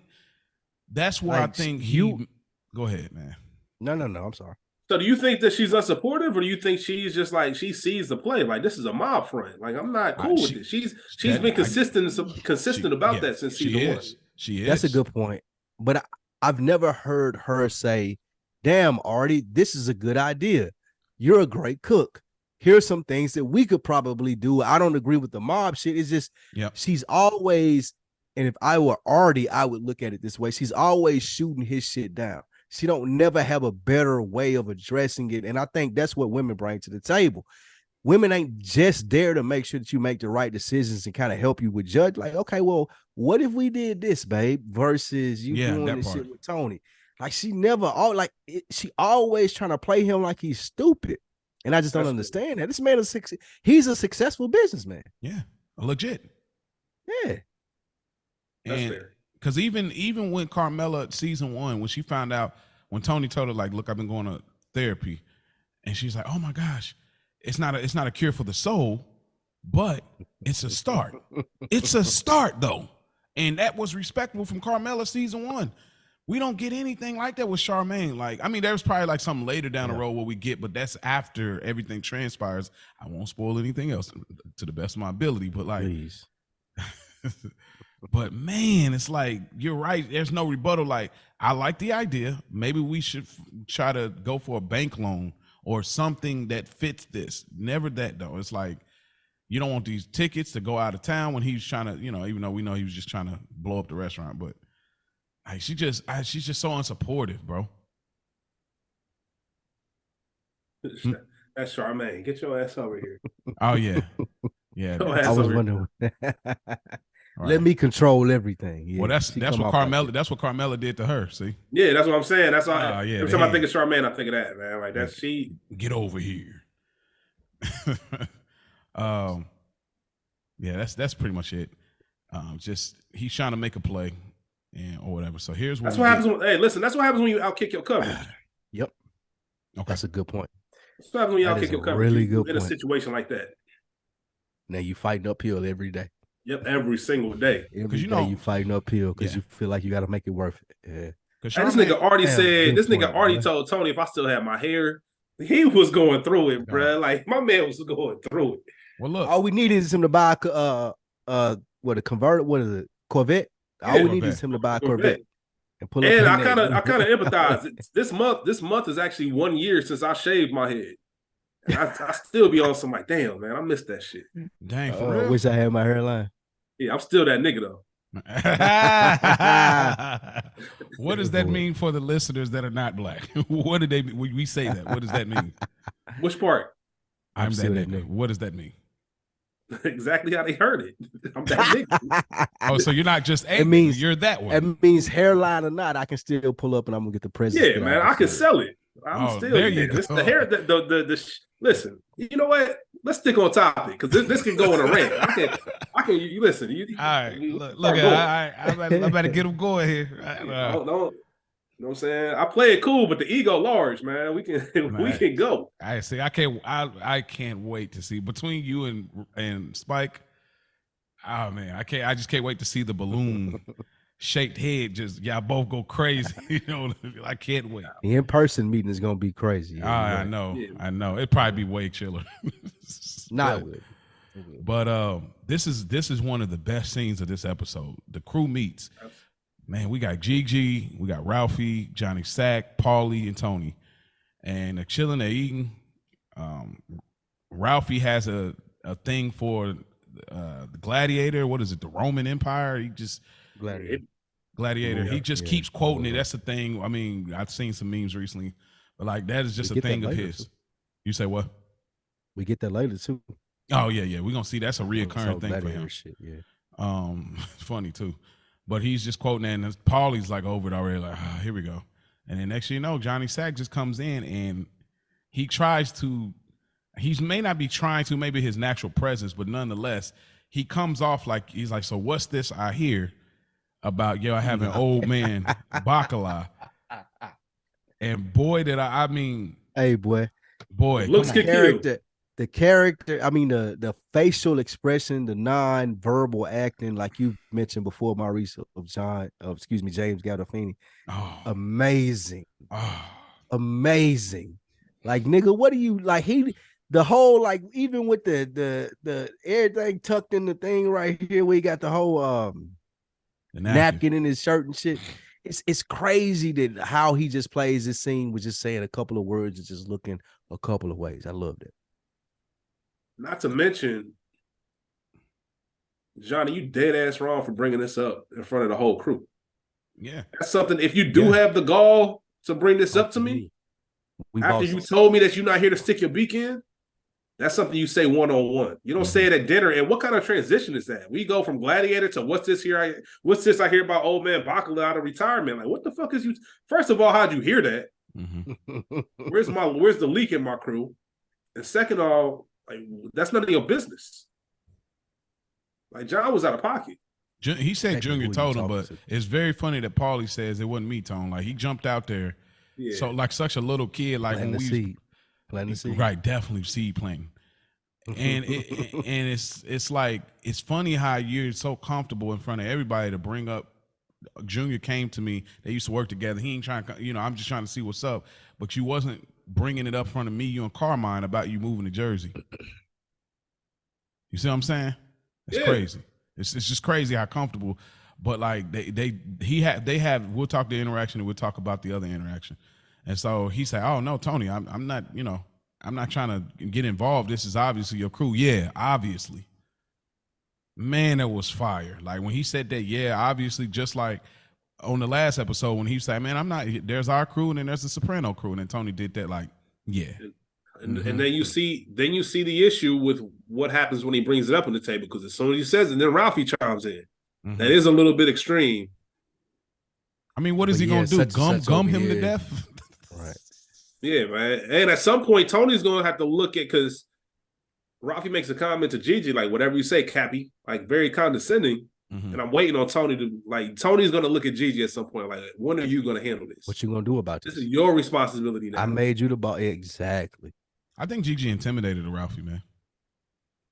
He knows. I don't think he intimidated as much as he understands how important of a role that Ralphie is playing. And that's the unfortunate situation that Tony put him in. I'm making you boss because I want you to give me feedback and give me good information. But I think what the show is telling us is that Ralphie was meant to be the boss of that crew. Like, there's nothing that you could do to avoid it. Tony tried to make some shortcuts and do this because I need feedback, because I want overhaul of the April crew. I didn't make Richie the boss. But we're seeing that you can't do that in a position of leadership. You have to put the people in charge that need to be in charge. And in this situation, we see Gigi is not supposed to be in charge. He just don't got the connections. He don't got the moxie. He can't sell it in the room, like Junior said. None of that shit adds up with Gigi. The only thing that adds up is, oh, this is my homeboy, and he gonna keep it real with me about what's going on over there. You can't make decisions based off that, and I think that's what's biting Tony in the ass. Yeah, Mo, you ever been passed up for a promotion? Oh yeah, and work with the person that got it, like knowing that you're gonna do a better job than him. Like, yeah, I've been the person too. I've been the person on the other side too. Right. Yeah, I've definitely been the person on the other side, and that's even crazy too. Like, absolutely. Yeah, I think you nailed it, Spike. It definitely is showing, like, and the only reason I think intimidated, I don't think intimidated from like some physical, like he could get me out of here. I just think that, like you said, he knows he's probably not supposed to be boss, and I think that he doesn't carry himself the same way. He's probably a great soldier. He's a great, like, good point. He's a great soldier. Like, what you need, like the Patsy thing, beginning of season 2, no problem. Pow. Close your mouth, big mouth, like, no problem. I can do that. But I think it's just running that crew. It's like, and he trying to get there. Like, as I said, he got the look now. He got the swagger. He's at the meeting. Even the suit here, the black and red joint. He's trying to get in the wave, but it's like, I don't know. And what got it? And where is Seal this episode, man? Chilling. He at the bada bing. But no, all right. To something that you said, as far as he looks the part, Tony supports him in the part. The politics of the part don't fit him though. Even with making the decision, of, because it's smart old Bacalar's his godfather, I can send him, it'll be easy to do. He still didn't take the proper steps to look at it. Okay, how's this going to play out with whoever it may be, Junior, Tony, New York, because all of these people have put their comments in the comment hat about how they feel about this hit. So when he made the decision, yes, it's a good strategic decision, but from a strategy standpoint, on the sense of how are the other leaders looking at me for making this decision, it wasn't good. So, and that's something he had to have, like, you got to do both. Okay. They go. We see Tony goes to Fountain of Wayne, and who does he see? He sees Officer Leon. And may I help you with something? May I help you with something? And Tony calls him Shaft. Oh, Shaft. Oh, Shaft. It might be my favorite line of the episode. I mean, bro, I sent y'all that text, boy. I was crying, laughing, bro, because I forgot. This episode, I laughed so many times writing my notes. Like this, yeah. That nigga said, "Oh, Shaft." Like, he don't look nothing like the old or the newer Shaft. Like, bruh, he just black. That's what makes it so funny. That's what makes it so funny. Like, it ain't got. Like, they just throw us anywhere. Like, man, you know who you kind of look like when people hit you with that. You don't look nothing like them. That's crazy. Oh my god, bro. That ain't funnier than when we get to the later scene with Meadow. Oh man, you talk about tears. Oh yeah, man, tears. I can't wait to get there. Oh man, but yeah, Tony sees this, and he sees dudes working here. This is where he's getting this overtime, I guess. And I don't know. I guess I missed this. For some reason, the first time I watched this, I thought he lost his job completely. Nah. But now I'm watching this time, like, okay, he's just doing overtime. He just needed extra money or whatever. And so he got the Cedric Daniels treatment. Yeah. Yeah. The McNulty when you're on the boat treatment, nigga. Yep. Ain't no extra shit, nigga. This is your shift. Clock Yeah. out, clock in, take your ass home. Yeah, that it. Oh, no extra shit. Boy, they got what's his name? And that's the point that I was making earlier when we had a disagreement, Mo. Okay. You notice as a police officer things that could happen to you for being a dickhead like that. Still, you choose to be a dickhead because I'm doing my job. Now you working at Home Depot. I'm doing my job, so you're classifying me as that. Yeah, That's the you're difference. a dickhead. It's not you're classifying me that, but we I'm do find out you're a dickhead now working at Home Depot and you can't get overtime anymore. Okay. we do find out that he go has ahead. a history of being a dick. I will say go that. to We that. They do say find out that- he has a history of it. Okay. Now let's go to that because that's right after with the phone call. Assemblyman talks and Tony kind of was like, "Man, I don't know if it should have been that harsh." Assemblyman tell him like, "Look, it's already handled, bro. It's taken care of. Pretty much most people on the force don't like him anyway. That's what it is." So, He's a dickhead. but again, to me, I look at it like who's relaying the info. That's why I don't give it all this credibility. The Assemblyman's dirty. You're working with dirty cops. Of course, a lot of people don't get along because he probably doing his job versus these other dudes scheming and plotting. That's the whole point I was trying to say. Yeah, it makes you a dickhead though. Unfortunately, like I get what Spike is saying. It's not right. I get what you're saying. It would be great if everybody showed up, did their job, and live by the rules. Awesome. That's awesome.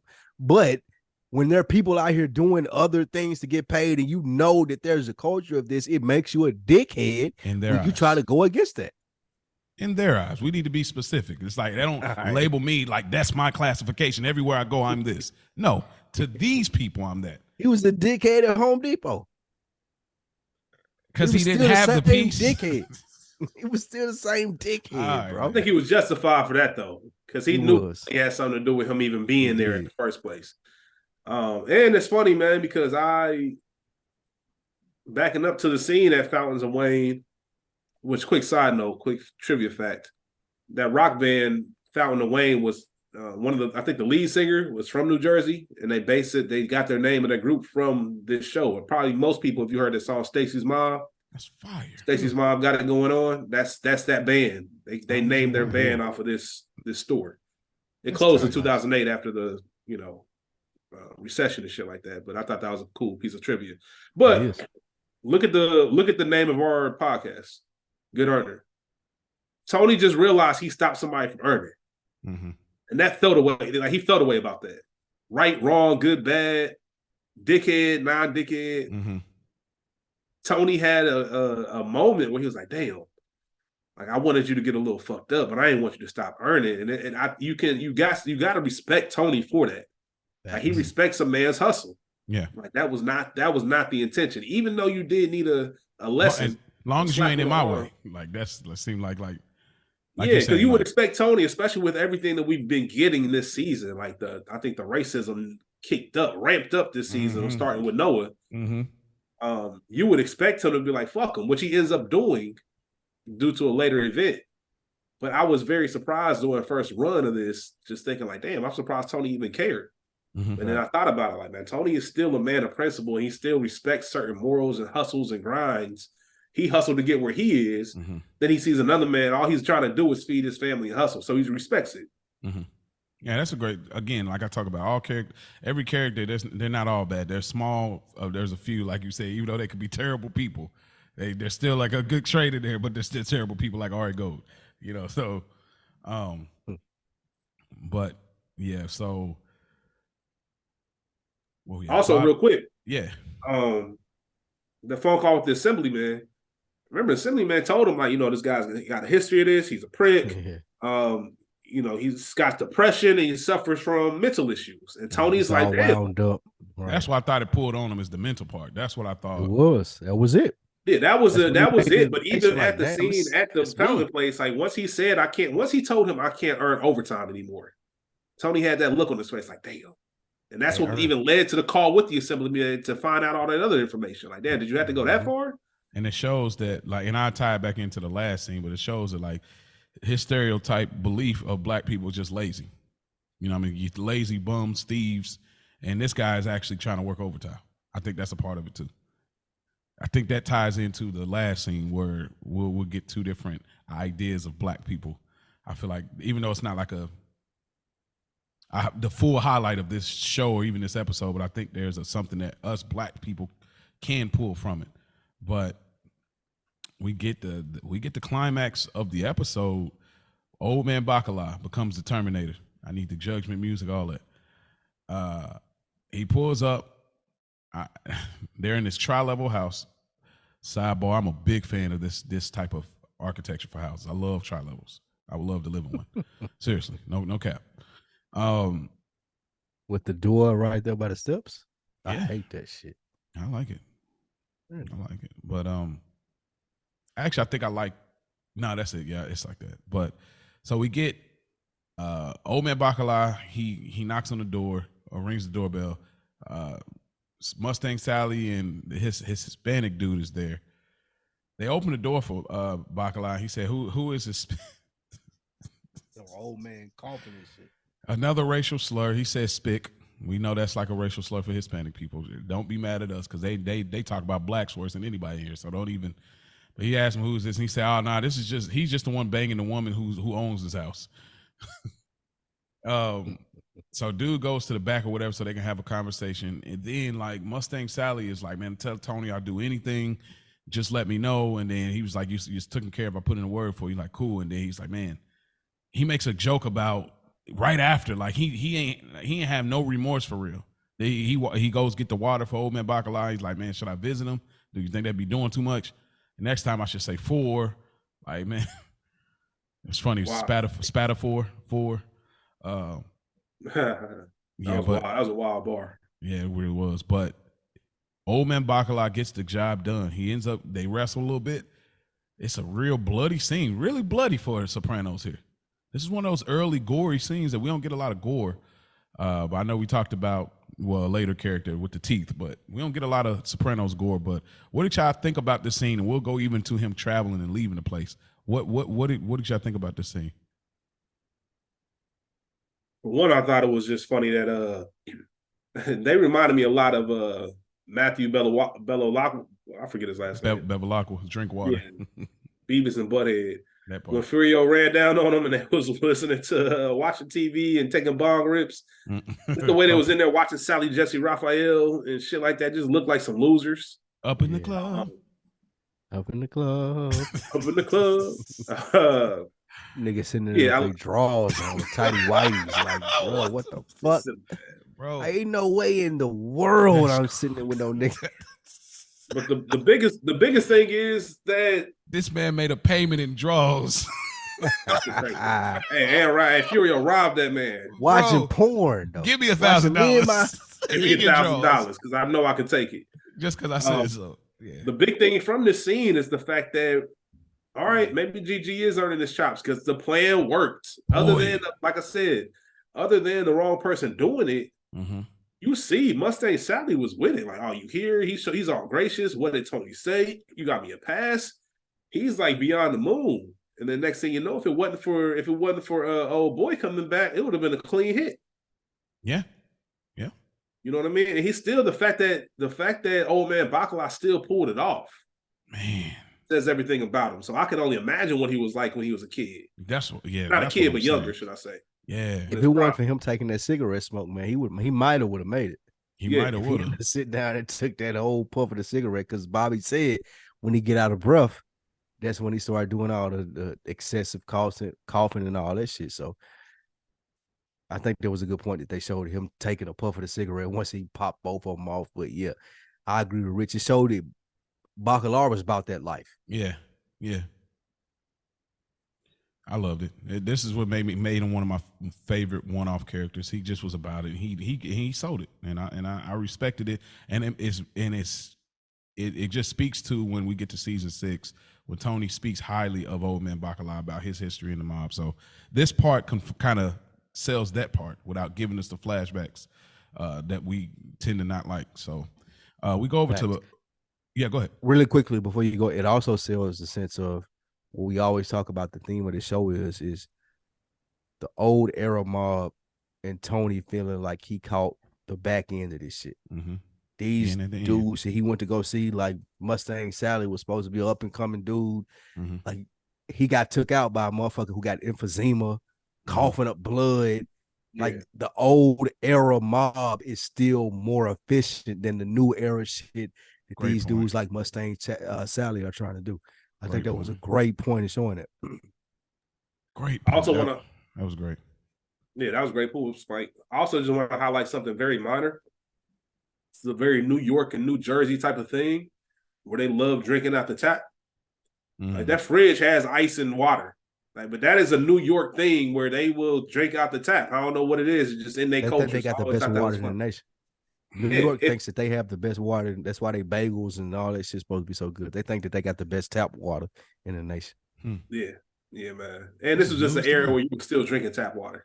Like 2001, that was still a regular thing. We drinking out the water hoses and shit. Dog, I'm talking about, now, like, I don't know about y'all, sidebar, but like, I keep a bottle of water with me going to bed because I might wake up in the middle of the night just kind of like crazy thirsty.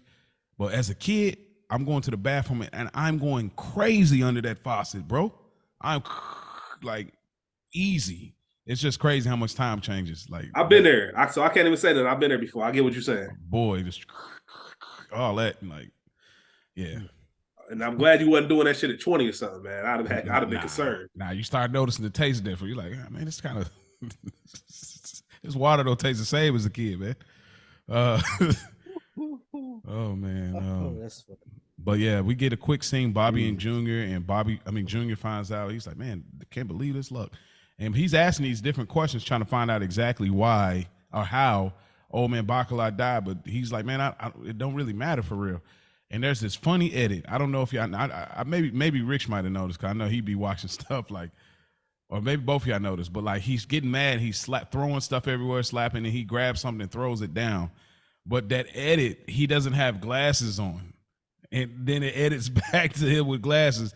I thought that was so hilarious. I don't know if it was supposed to be like him getting mad for a few minutes, or it literally was just an edit that somebody missed with him having his glasses off. But it's very funny. If y'all go back to that scene and just watch it, you'll see one scene. He's like, he throws something down and he don't got glasses on. It's hilarious, dude. Rare continuity issue with Sopranos. Very rare. Yeah, very rare. We go back to Vesuvio's, and Artie is over this with Charmaine and says that the divorce. She says that the divorce is happening, and you're not getting the invisible kid. I mean, the kids. What did y'all think about this? This is happening. He's over it. You know, everything about her. She ain't got no hospitality. She wearing the glasses. She, maybe Charmaine was bad back in the day. I mean, we know Artie was a quarterback, so maybe she was like, bad now. No, I mean, I know. Yeah, she is, and we're gonna see that. But that's what makes me wonder why he tolerated. Maybe she was like bad. He was the quarterback, and she was like on him back then. She was like one of them top girls. Cause I mean, even we find out in season 1 that Tony, I had some interest in her, so she must have had something going on. So maybe she was just bad, and then it's just like after a while, like you'll say, the juice ain't worth the squeeze. I don't know. It's just, what do y'all think about this divorce? Like I told you, yeah. Well, it goes back to the midlife crisis thing. That's how you break up with your girlfriend at 19. Mm-hmm. You know what I'm saying? Cause you got to think, Artie brought that up. Yep. He's the one that said, "What, you gonna do, divorce me?" Like, whoa, like I wasn't even thinking about that. Like, what you want? Like, you do that at 19, 20. I'm tired of this little chick. I'm about to just force my way out of this. Yeah, that you don't do that after however many years of marriage. So it feeds further into the whole,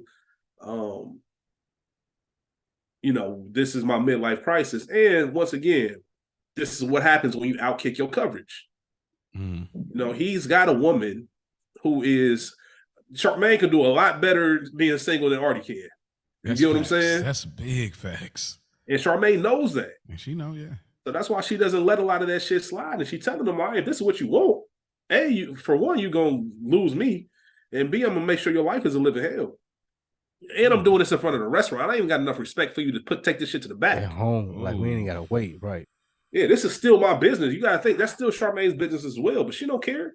That's one of his mistakes. She done with, and she still gave him a chance. Like, if you choose Tony over me, then we over. Yeah. Artie was so in love with Adriana that he still, as we see in a later scene, he still thinks that he has a shot with her. So fuck it. There's nothing to get a divorce. I'm about to get with Adriana anyway. That's the problem. When you act on them impulses, when you been in a relationship and you act on impulse like that, like he's acting way, like you say, out kicking his covers. You acting on impulse. You have a thought and you're riding that wave. You shouldn't even do it. Just let that thought pass, bro. Like, and maybe the fact that he was able to pull somebody like Charmaine, which, you know, that's Tony Soprano level type of woman. Yeah. The fact that I was able to pull her, maybe there is some little small hope that I can pull Adriana. Yeah, that's probably what it is. That irrational confidence. Because like, I've done this before. He wore the earring back in the day. He had the hair. He was the quarterback. I've done this before. Yeah, I've done this before, and Adriana fucks with me. Okay. Like, if I play my card right and play the position right, and things fall in place the right way, I might be able to pull this off. We think it's crazy, but to Artie, it's some irrational confidence. No, it is. Yeah, you're right. Anything you want to add to that, Spike? Nah, Mo. I mean, Rich nailed it. That was 100%. Okay.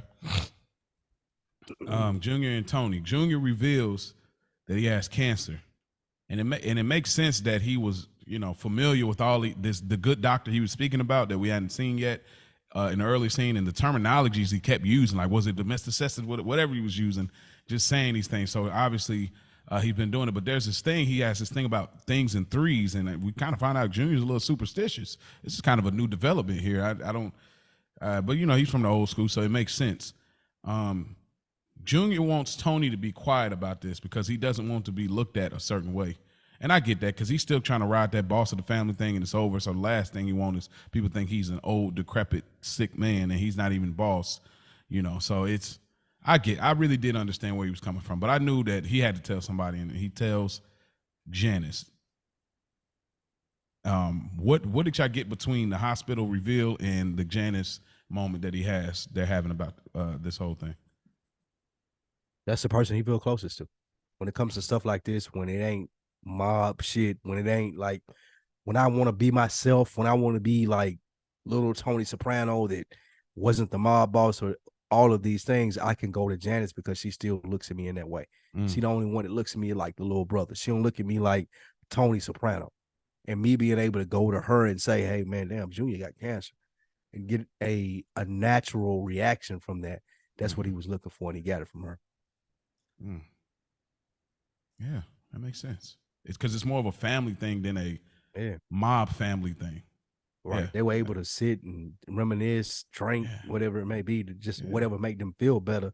Yeah. About, damn, our uncle got cancer. Yeah, it's a good moment. I like when they bond. They don't have it a lot, but I like it. As messed up as their family is, I like when they bond. That's just me. I love how Tony steps on the scale every time he's at a doctor's office. That's been a running thing ever since they started. And he don't care though.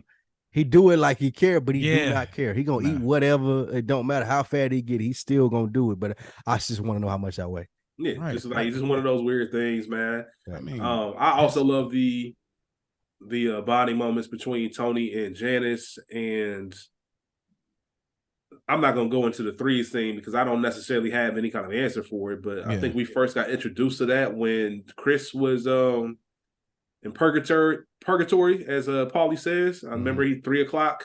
Oh, the 3 o'clock. Like I said, meet him at 3 o'clock. Janice talks about the Holy Trinity. Death comes in threes, like all of that. That's a big Sopranos thing. We're not the show for that. Yeah. But it was pretty interesting that they brought that stuff up. Or maybe we are because there's 3 of us. So look at him. Professional. This guy's a professional. Like you Marty Bucco over here. All right. I've graduated. I'm not Marty anymore. I don't shine shoes no more. All right. Also, we find out that the toothpick line came from Livia, which is fitting. Yeah, that was being gone. We still have her presence. So and then obviously the big thing is Janice's turn. It's been teased, but her turn into her spirituality, getting closer to Christ. You know, can I pray with you? That's something that we see. We see Janice change her personality and her role multiple times throughout the series. Yeah, she's just trying to attach herself to something. You know, it's funny.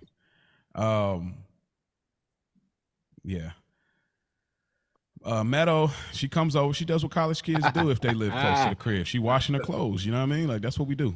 But we find out Meadow's bike got stolen, and they asked what By a black.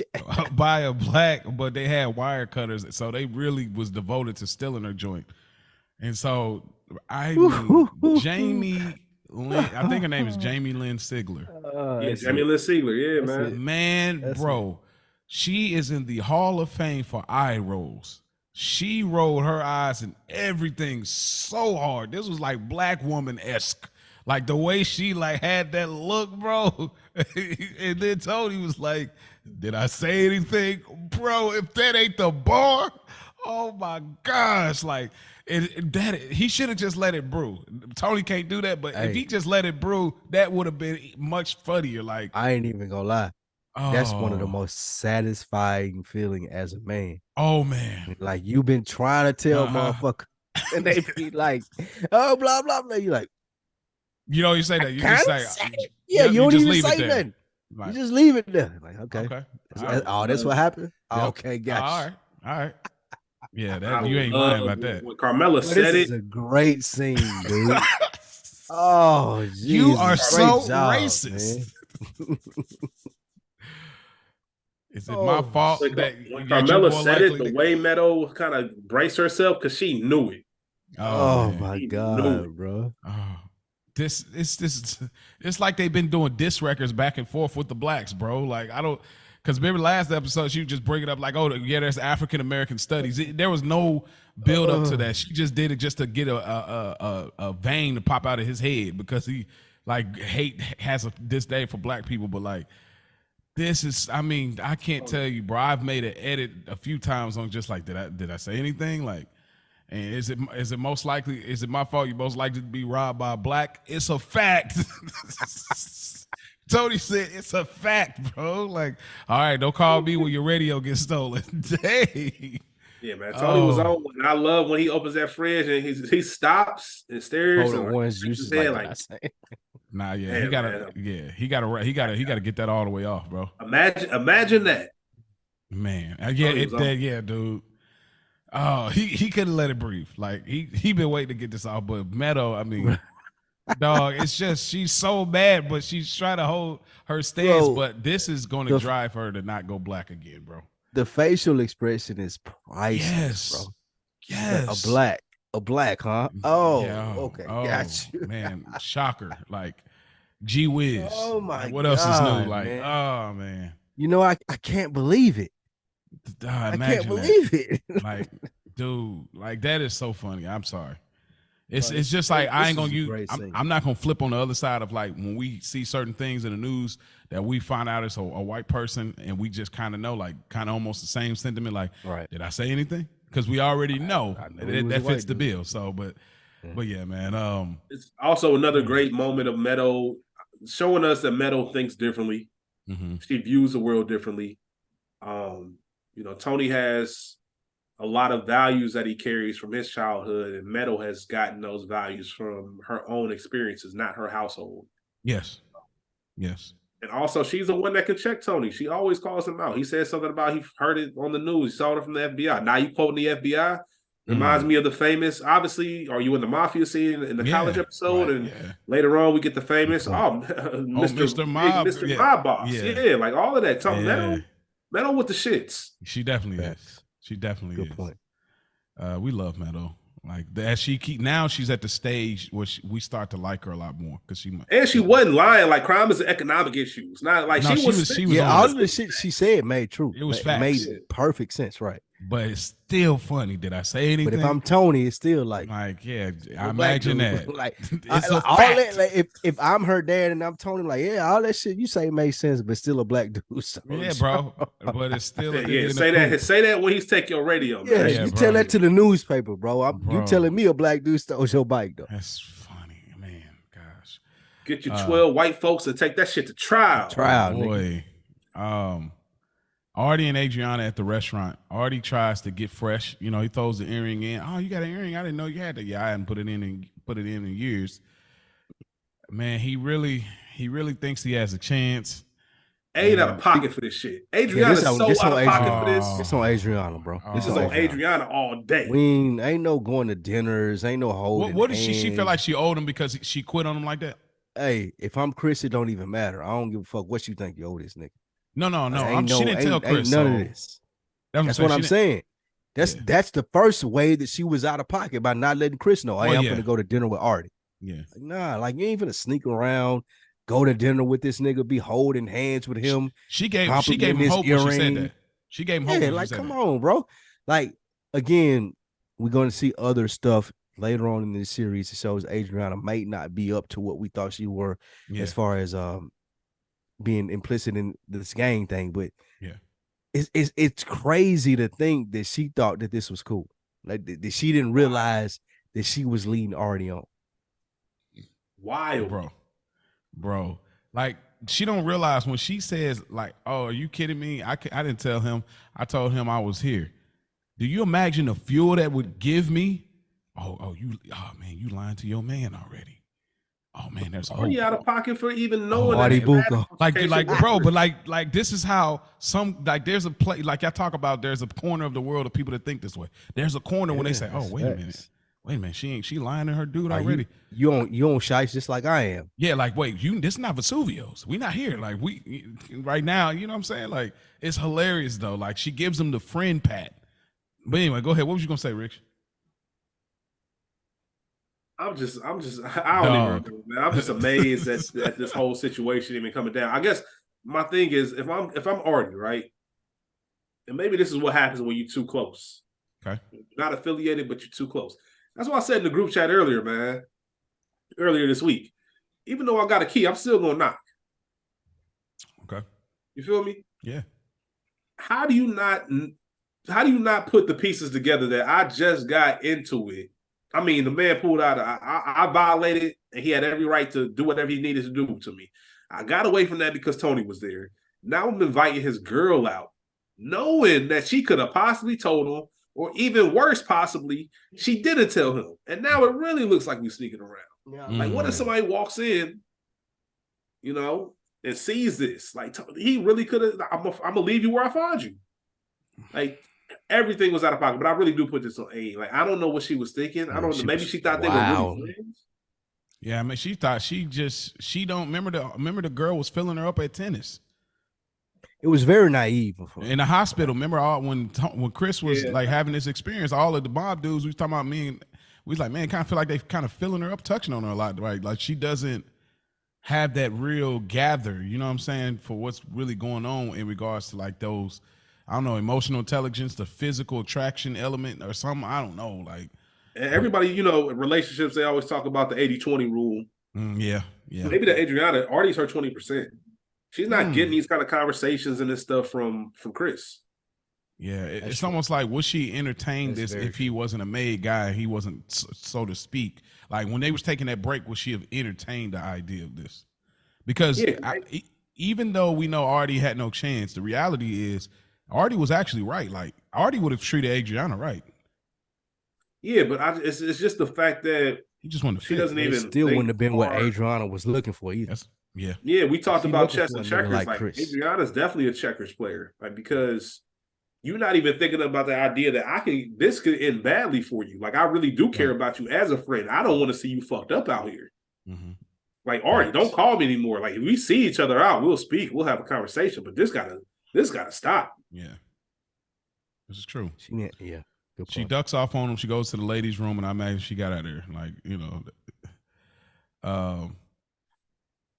man, he looks so bad. Putting the hand in between her hands, like man. Pathetic, man. I feel bad for Artie, man. He was pathetic. That was so one of the most pathetic performances in Sopranos history. He got another pathetic one on a business deal. There's another. That was even worse. That was worse. Yeah, that was worse. He stepped out of love here or lust or whatever, but that was. You talking about the Frenchman? Yeah, boy. Yeah. Have you heard from John Paul? Dog. We find I can't even talk about some of his skill sets. How his defense skills are. I ain't gonna even give that up. Hey, speaking of earrings, in that scene, hey man, that's what I'm saying. The earrings, bro. My nigga John Paul finessed the shit out of Ari. Oh my! I hated him too. Anyway, I fuck with John Paul though, because John Paul was. I'm not mad at his play. He just had that face. Like, but anyway. Hey Mo. Yeah. What did you say every episode at the beginning of the show about family finessing and finances or whatever? Yeah, finessing, man. You talking about a finesse? That Paul was crazy. Like, and that was I can't wait to ran off on the plug twice. Twice, yeah. And said do something about it, man. Yeah, it's just like, hey, I don't know. We got so many good moments, so I can't wait till we get. No, we're gonna keep getting it. This episode is giving us that. Artie, man. All right. Anyway, we get Tony, Johnny, and the assemblyman. They talk business, talk about the espionage, and they all got pieces and parts that kind of can work in the favor of that. And Tony says, forget helping the cops or whatever. Johnny Sack leaves for a moment, and they're still having a conversation. I didn't really care that much about this scene, but it looked dope. It's a lot of scenes in Vesuvio's. I think this is another one. Anything I gathered from this conversation? Just a key scene that I wanted to hit on before we move forward with that is that all that shit that we did in episode 1, as far as planting that lamp and having it in the basement of the Soprano household, got removed. Yep. I think that was really like right after this shit. Yeah, like bro, this 4 episodes later, now that shit don't even make a difference, and we spent a whole episode of you guys planting that in the basement, breaking into his house. So I just thought that was interesting as far as how that didn't play out at all for them. That's why I suggest another envelope for me. That episode, the spoiler first alert, Jesus. No, for that that was the first episode. Like that already happened. Like we already did that. Yeah, that's why it was just another envelope, because I knew this was coming. But yeah, it's neutralized, and that's pretty much the end of it. Like, I'm glad they moved on from it, because we didn't care. Junior's at home. Bobby's getting ready to go to the funeral for his dad. Junior kind of tiptoes, and he finally says, "Hey, look, I got cancer," and Bobby having a hard time with it. I really felt for Bobby here, man. Steve Sharippa really killed this. What did y'all get from this scene? Junior revealing this to Bobby.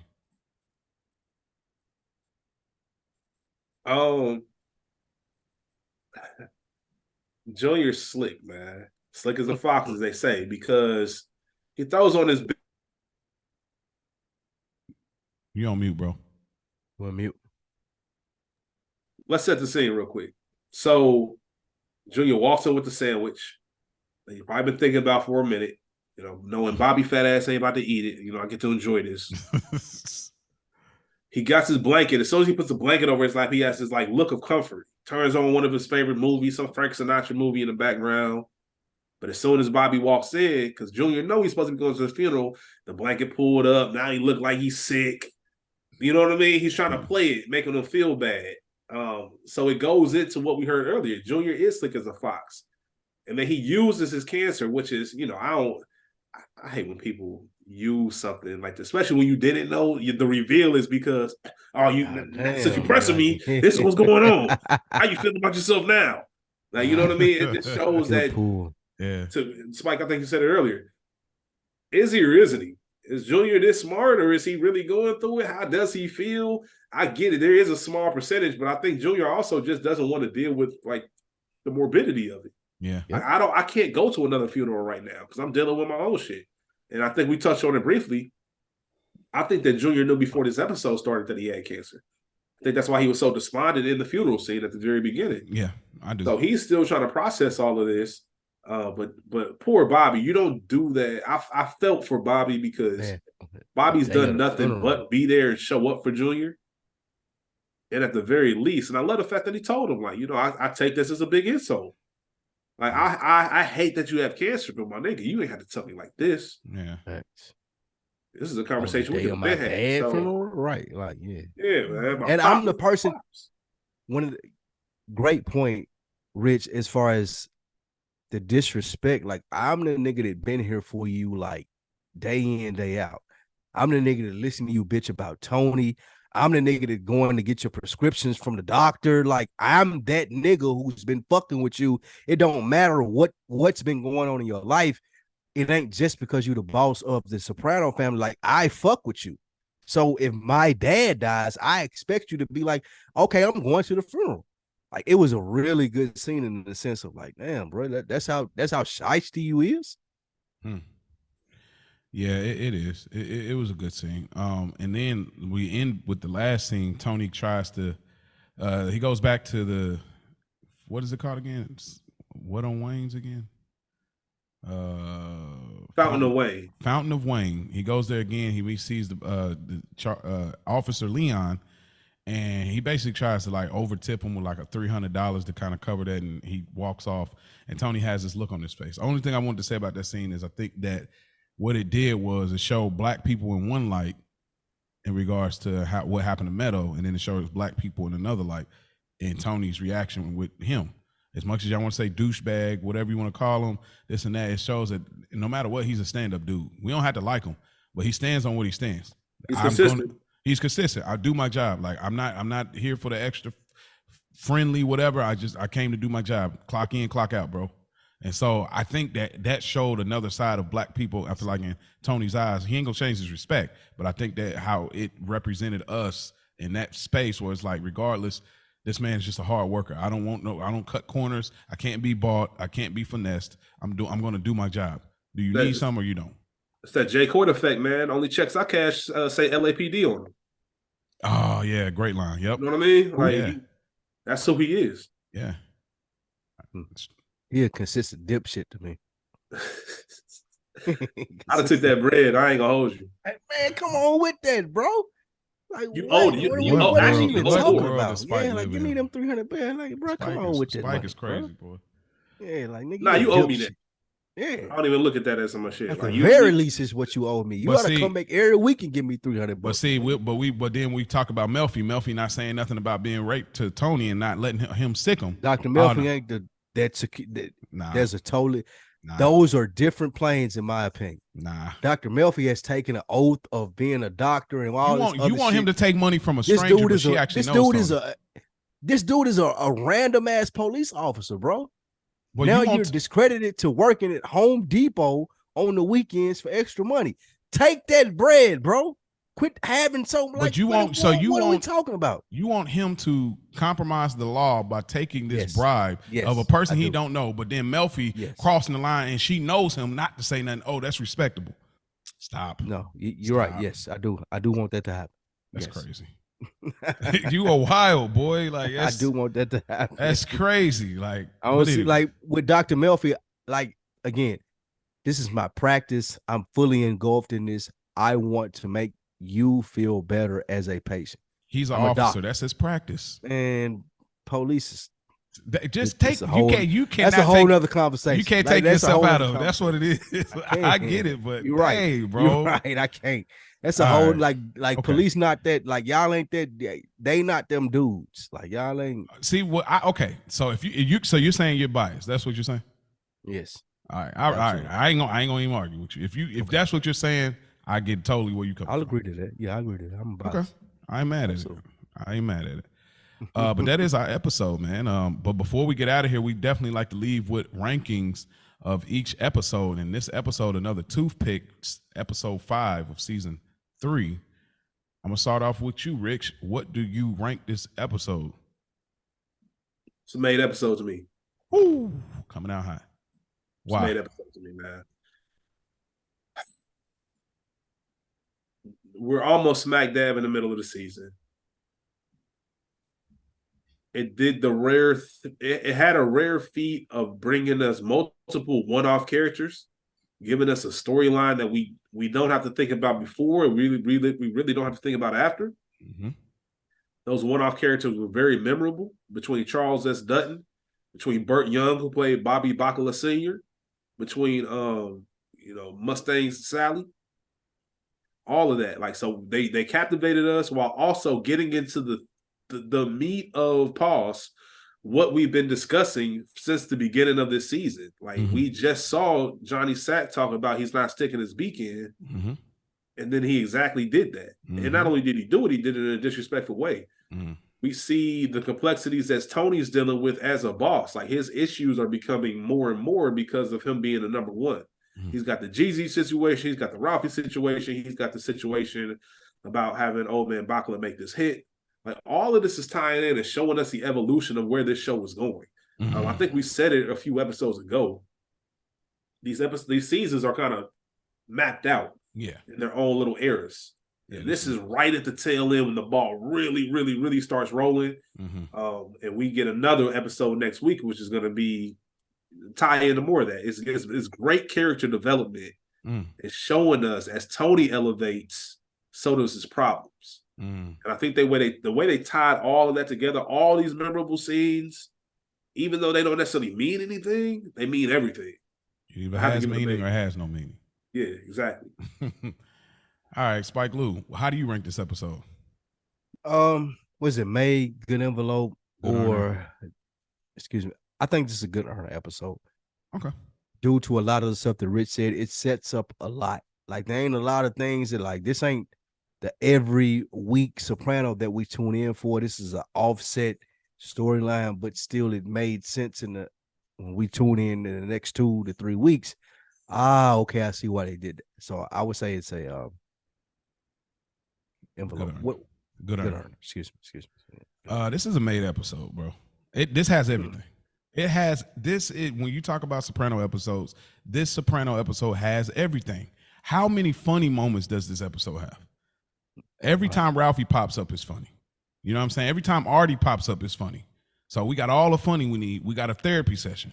We got that. We got a mob hit with old man Bacala. So we got the action. We got Junior in here. We got all of the Soprano characters in this episode, and they all got rememberable moments. Ones that are in the mob and outside of the mob. We got we got one-off characters. We got everything in this episode. To me, it's like when I always think about Another Toothpick as like a standout. It's absolutely, for me, it's a made episode. It has everything you want. If you don't even want to watch the whole series, you need a one-off, come to this episode. Rich, who gets the Good Honor Award? Bobby Bacala Sr. Okay. That's an interesting way. The person that dies gets that's an interesting sell me on. He did it his way. Okay. He went out his way, man. He did something, and he's been retired. He's been out the game. He's been telling everybody, I want to do this. If it goes wrong, if it goes bad, it goes bad. I think we can't downplay the human nature to do what feels natural and comfortable to you. It's a lot of people, not everyone, obviously, but there are a lot of people that once they stop doing what they love, and this is a whole different situation, so I hate to make the comparison, Joe Paterno, when you take them away from something, the same way they say when people have been married for so long, when one of them dies, it's not too long later after the other one passes. Bobby Bacala Sr. was comfortable with going out that way. He's a gangster. Junior said there are things that come with this. And Bobby knew that. And almost that old school mentality that we talk about, to some degree, he was the only one that knew it. Like, you can't get tied up. I know Bobby Sr., that's your pops and stuff, but this is how I want to do it.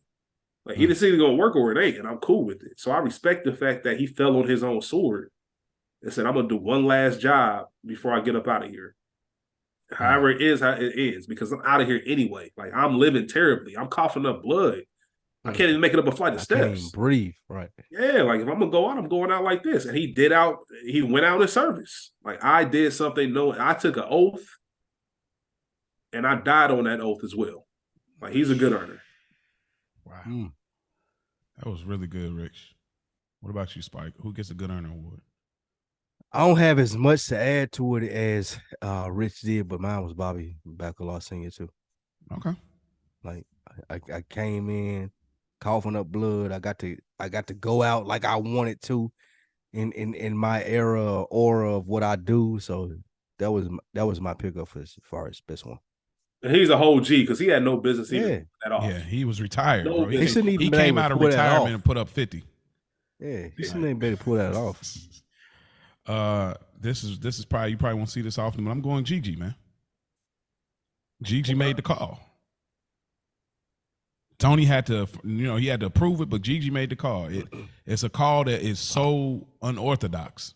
Nobody would make that call. This man been retired for 7 years. He's old. He coughing, got lung cancer, but yet and still, I think he's the best fit for this situation based on all of the attributes, and it worked. So while we question him as a boss, this decision and idea he came up with was successful. So while Bacala is the player, Gigi's the coach, and I'm gonna give him the Good Earner Award this week. Who gets the Broken Balls Award this week, Rich? Man, this is a good question because I got two people in mind that I've been going back and forth about. I'm going to go with something that we normally don't do, and I'm going to give it to Tony. Give it to Tony, man. My other choice was Artie. I'm giving it to Tony for a few reasons. It's kind of the same reasons why I said this is a made episode. Tony is advancing in his career. Things are getting better. More money, more problems.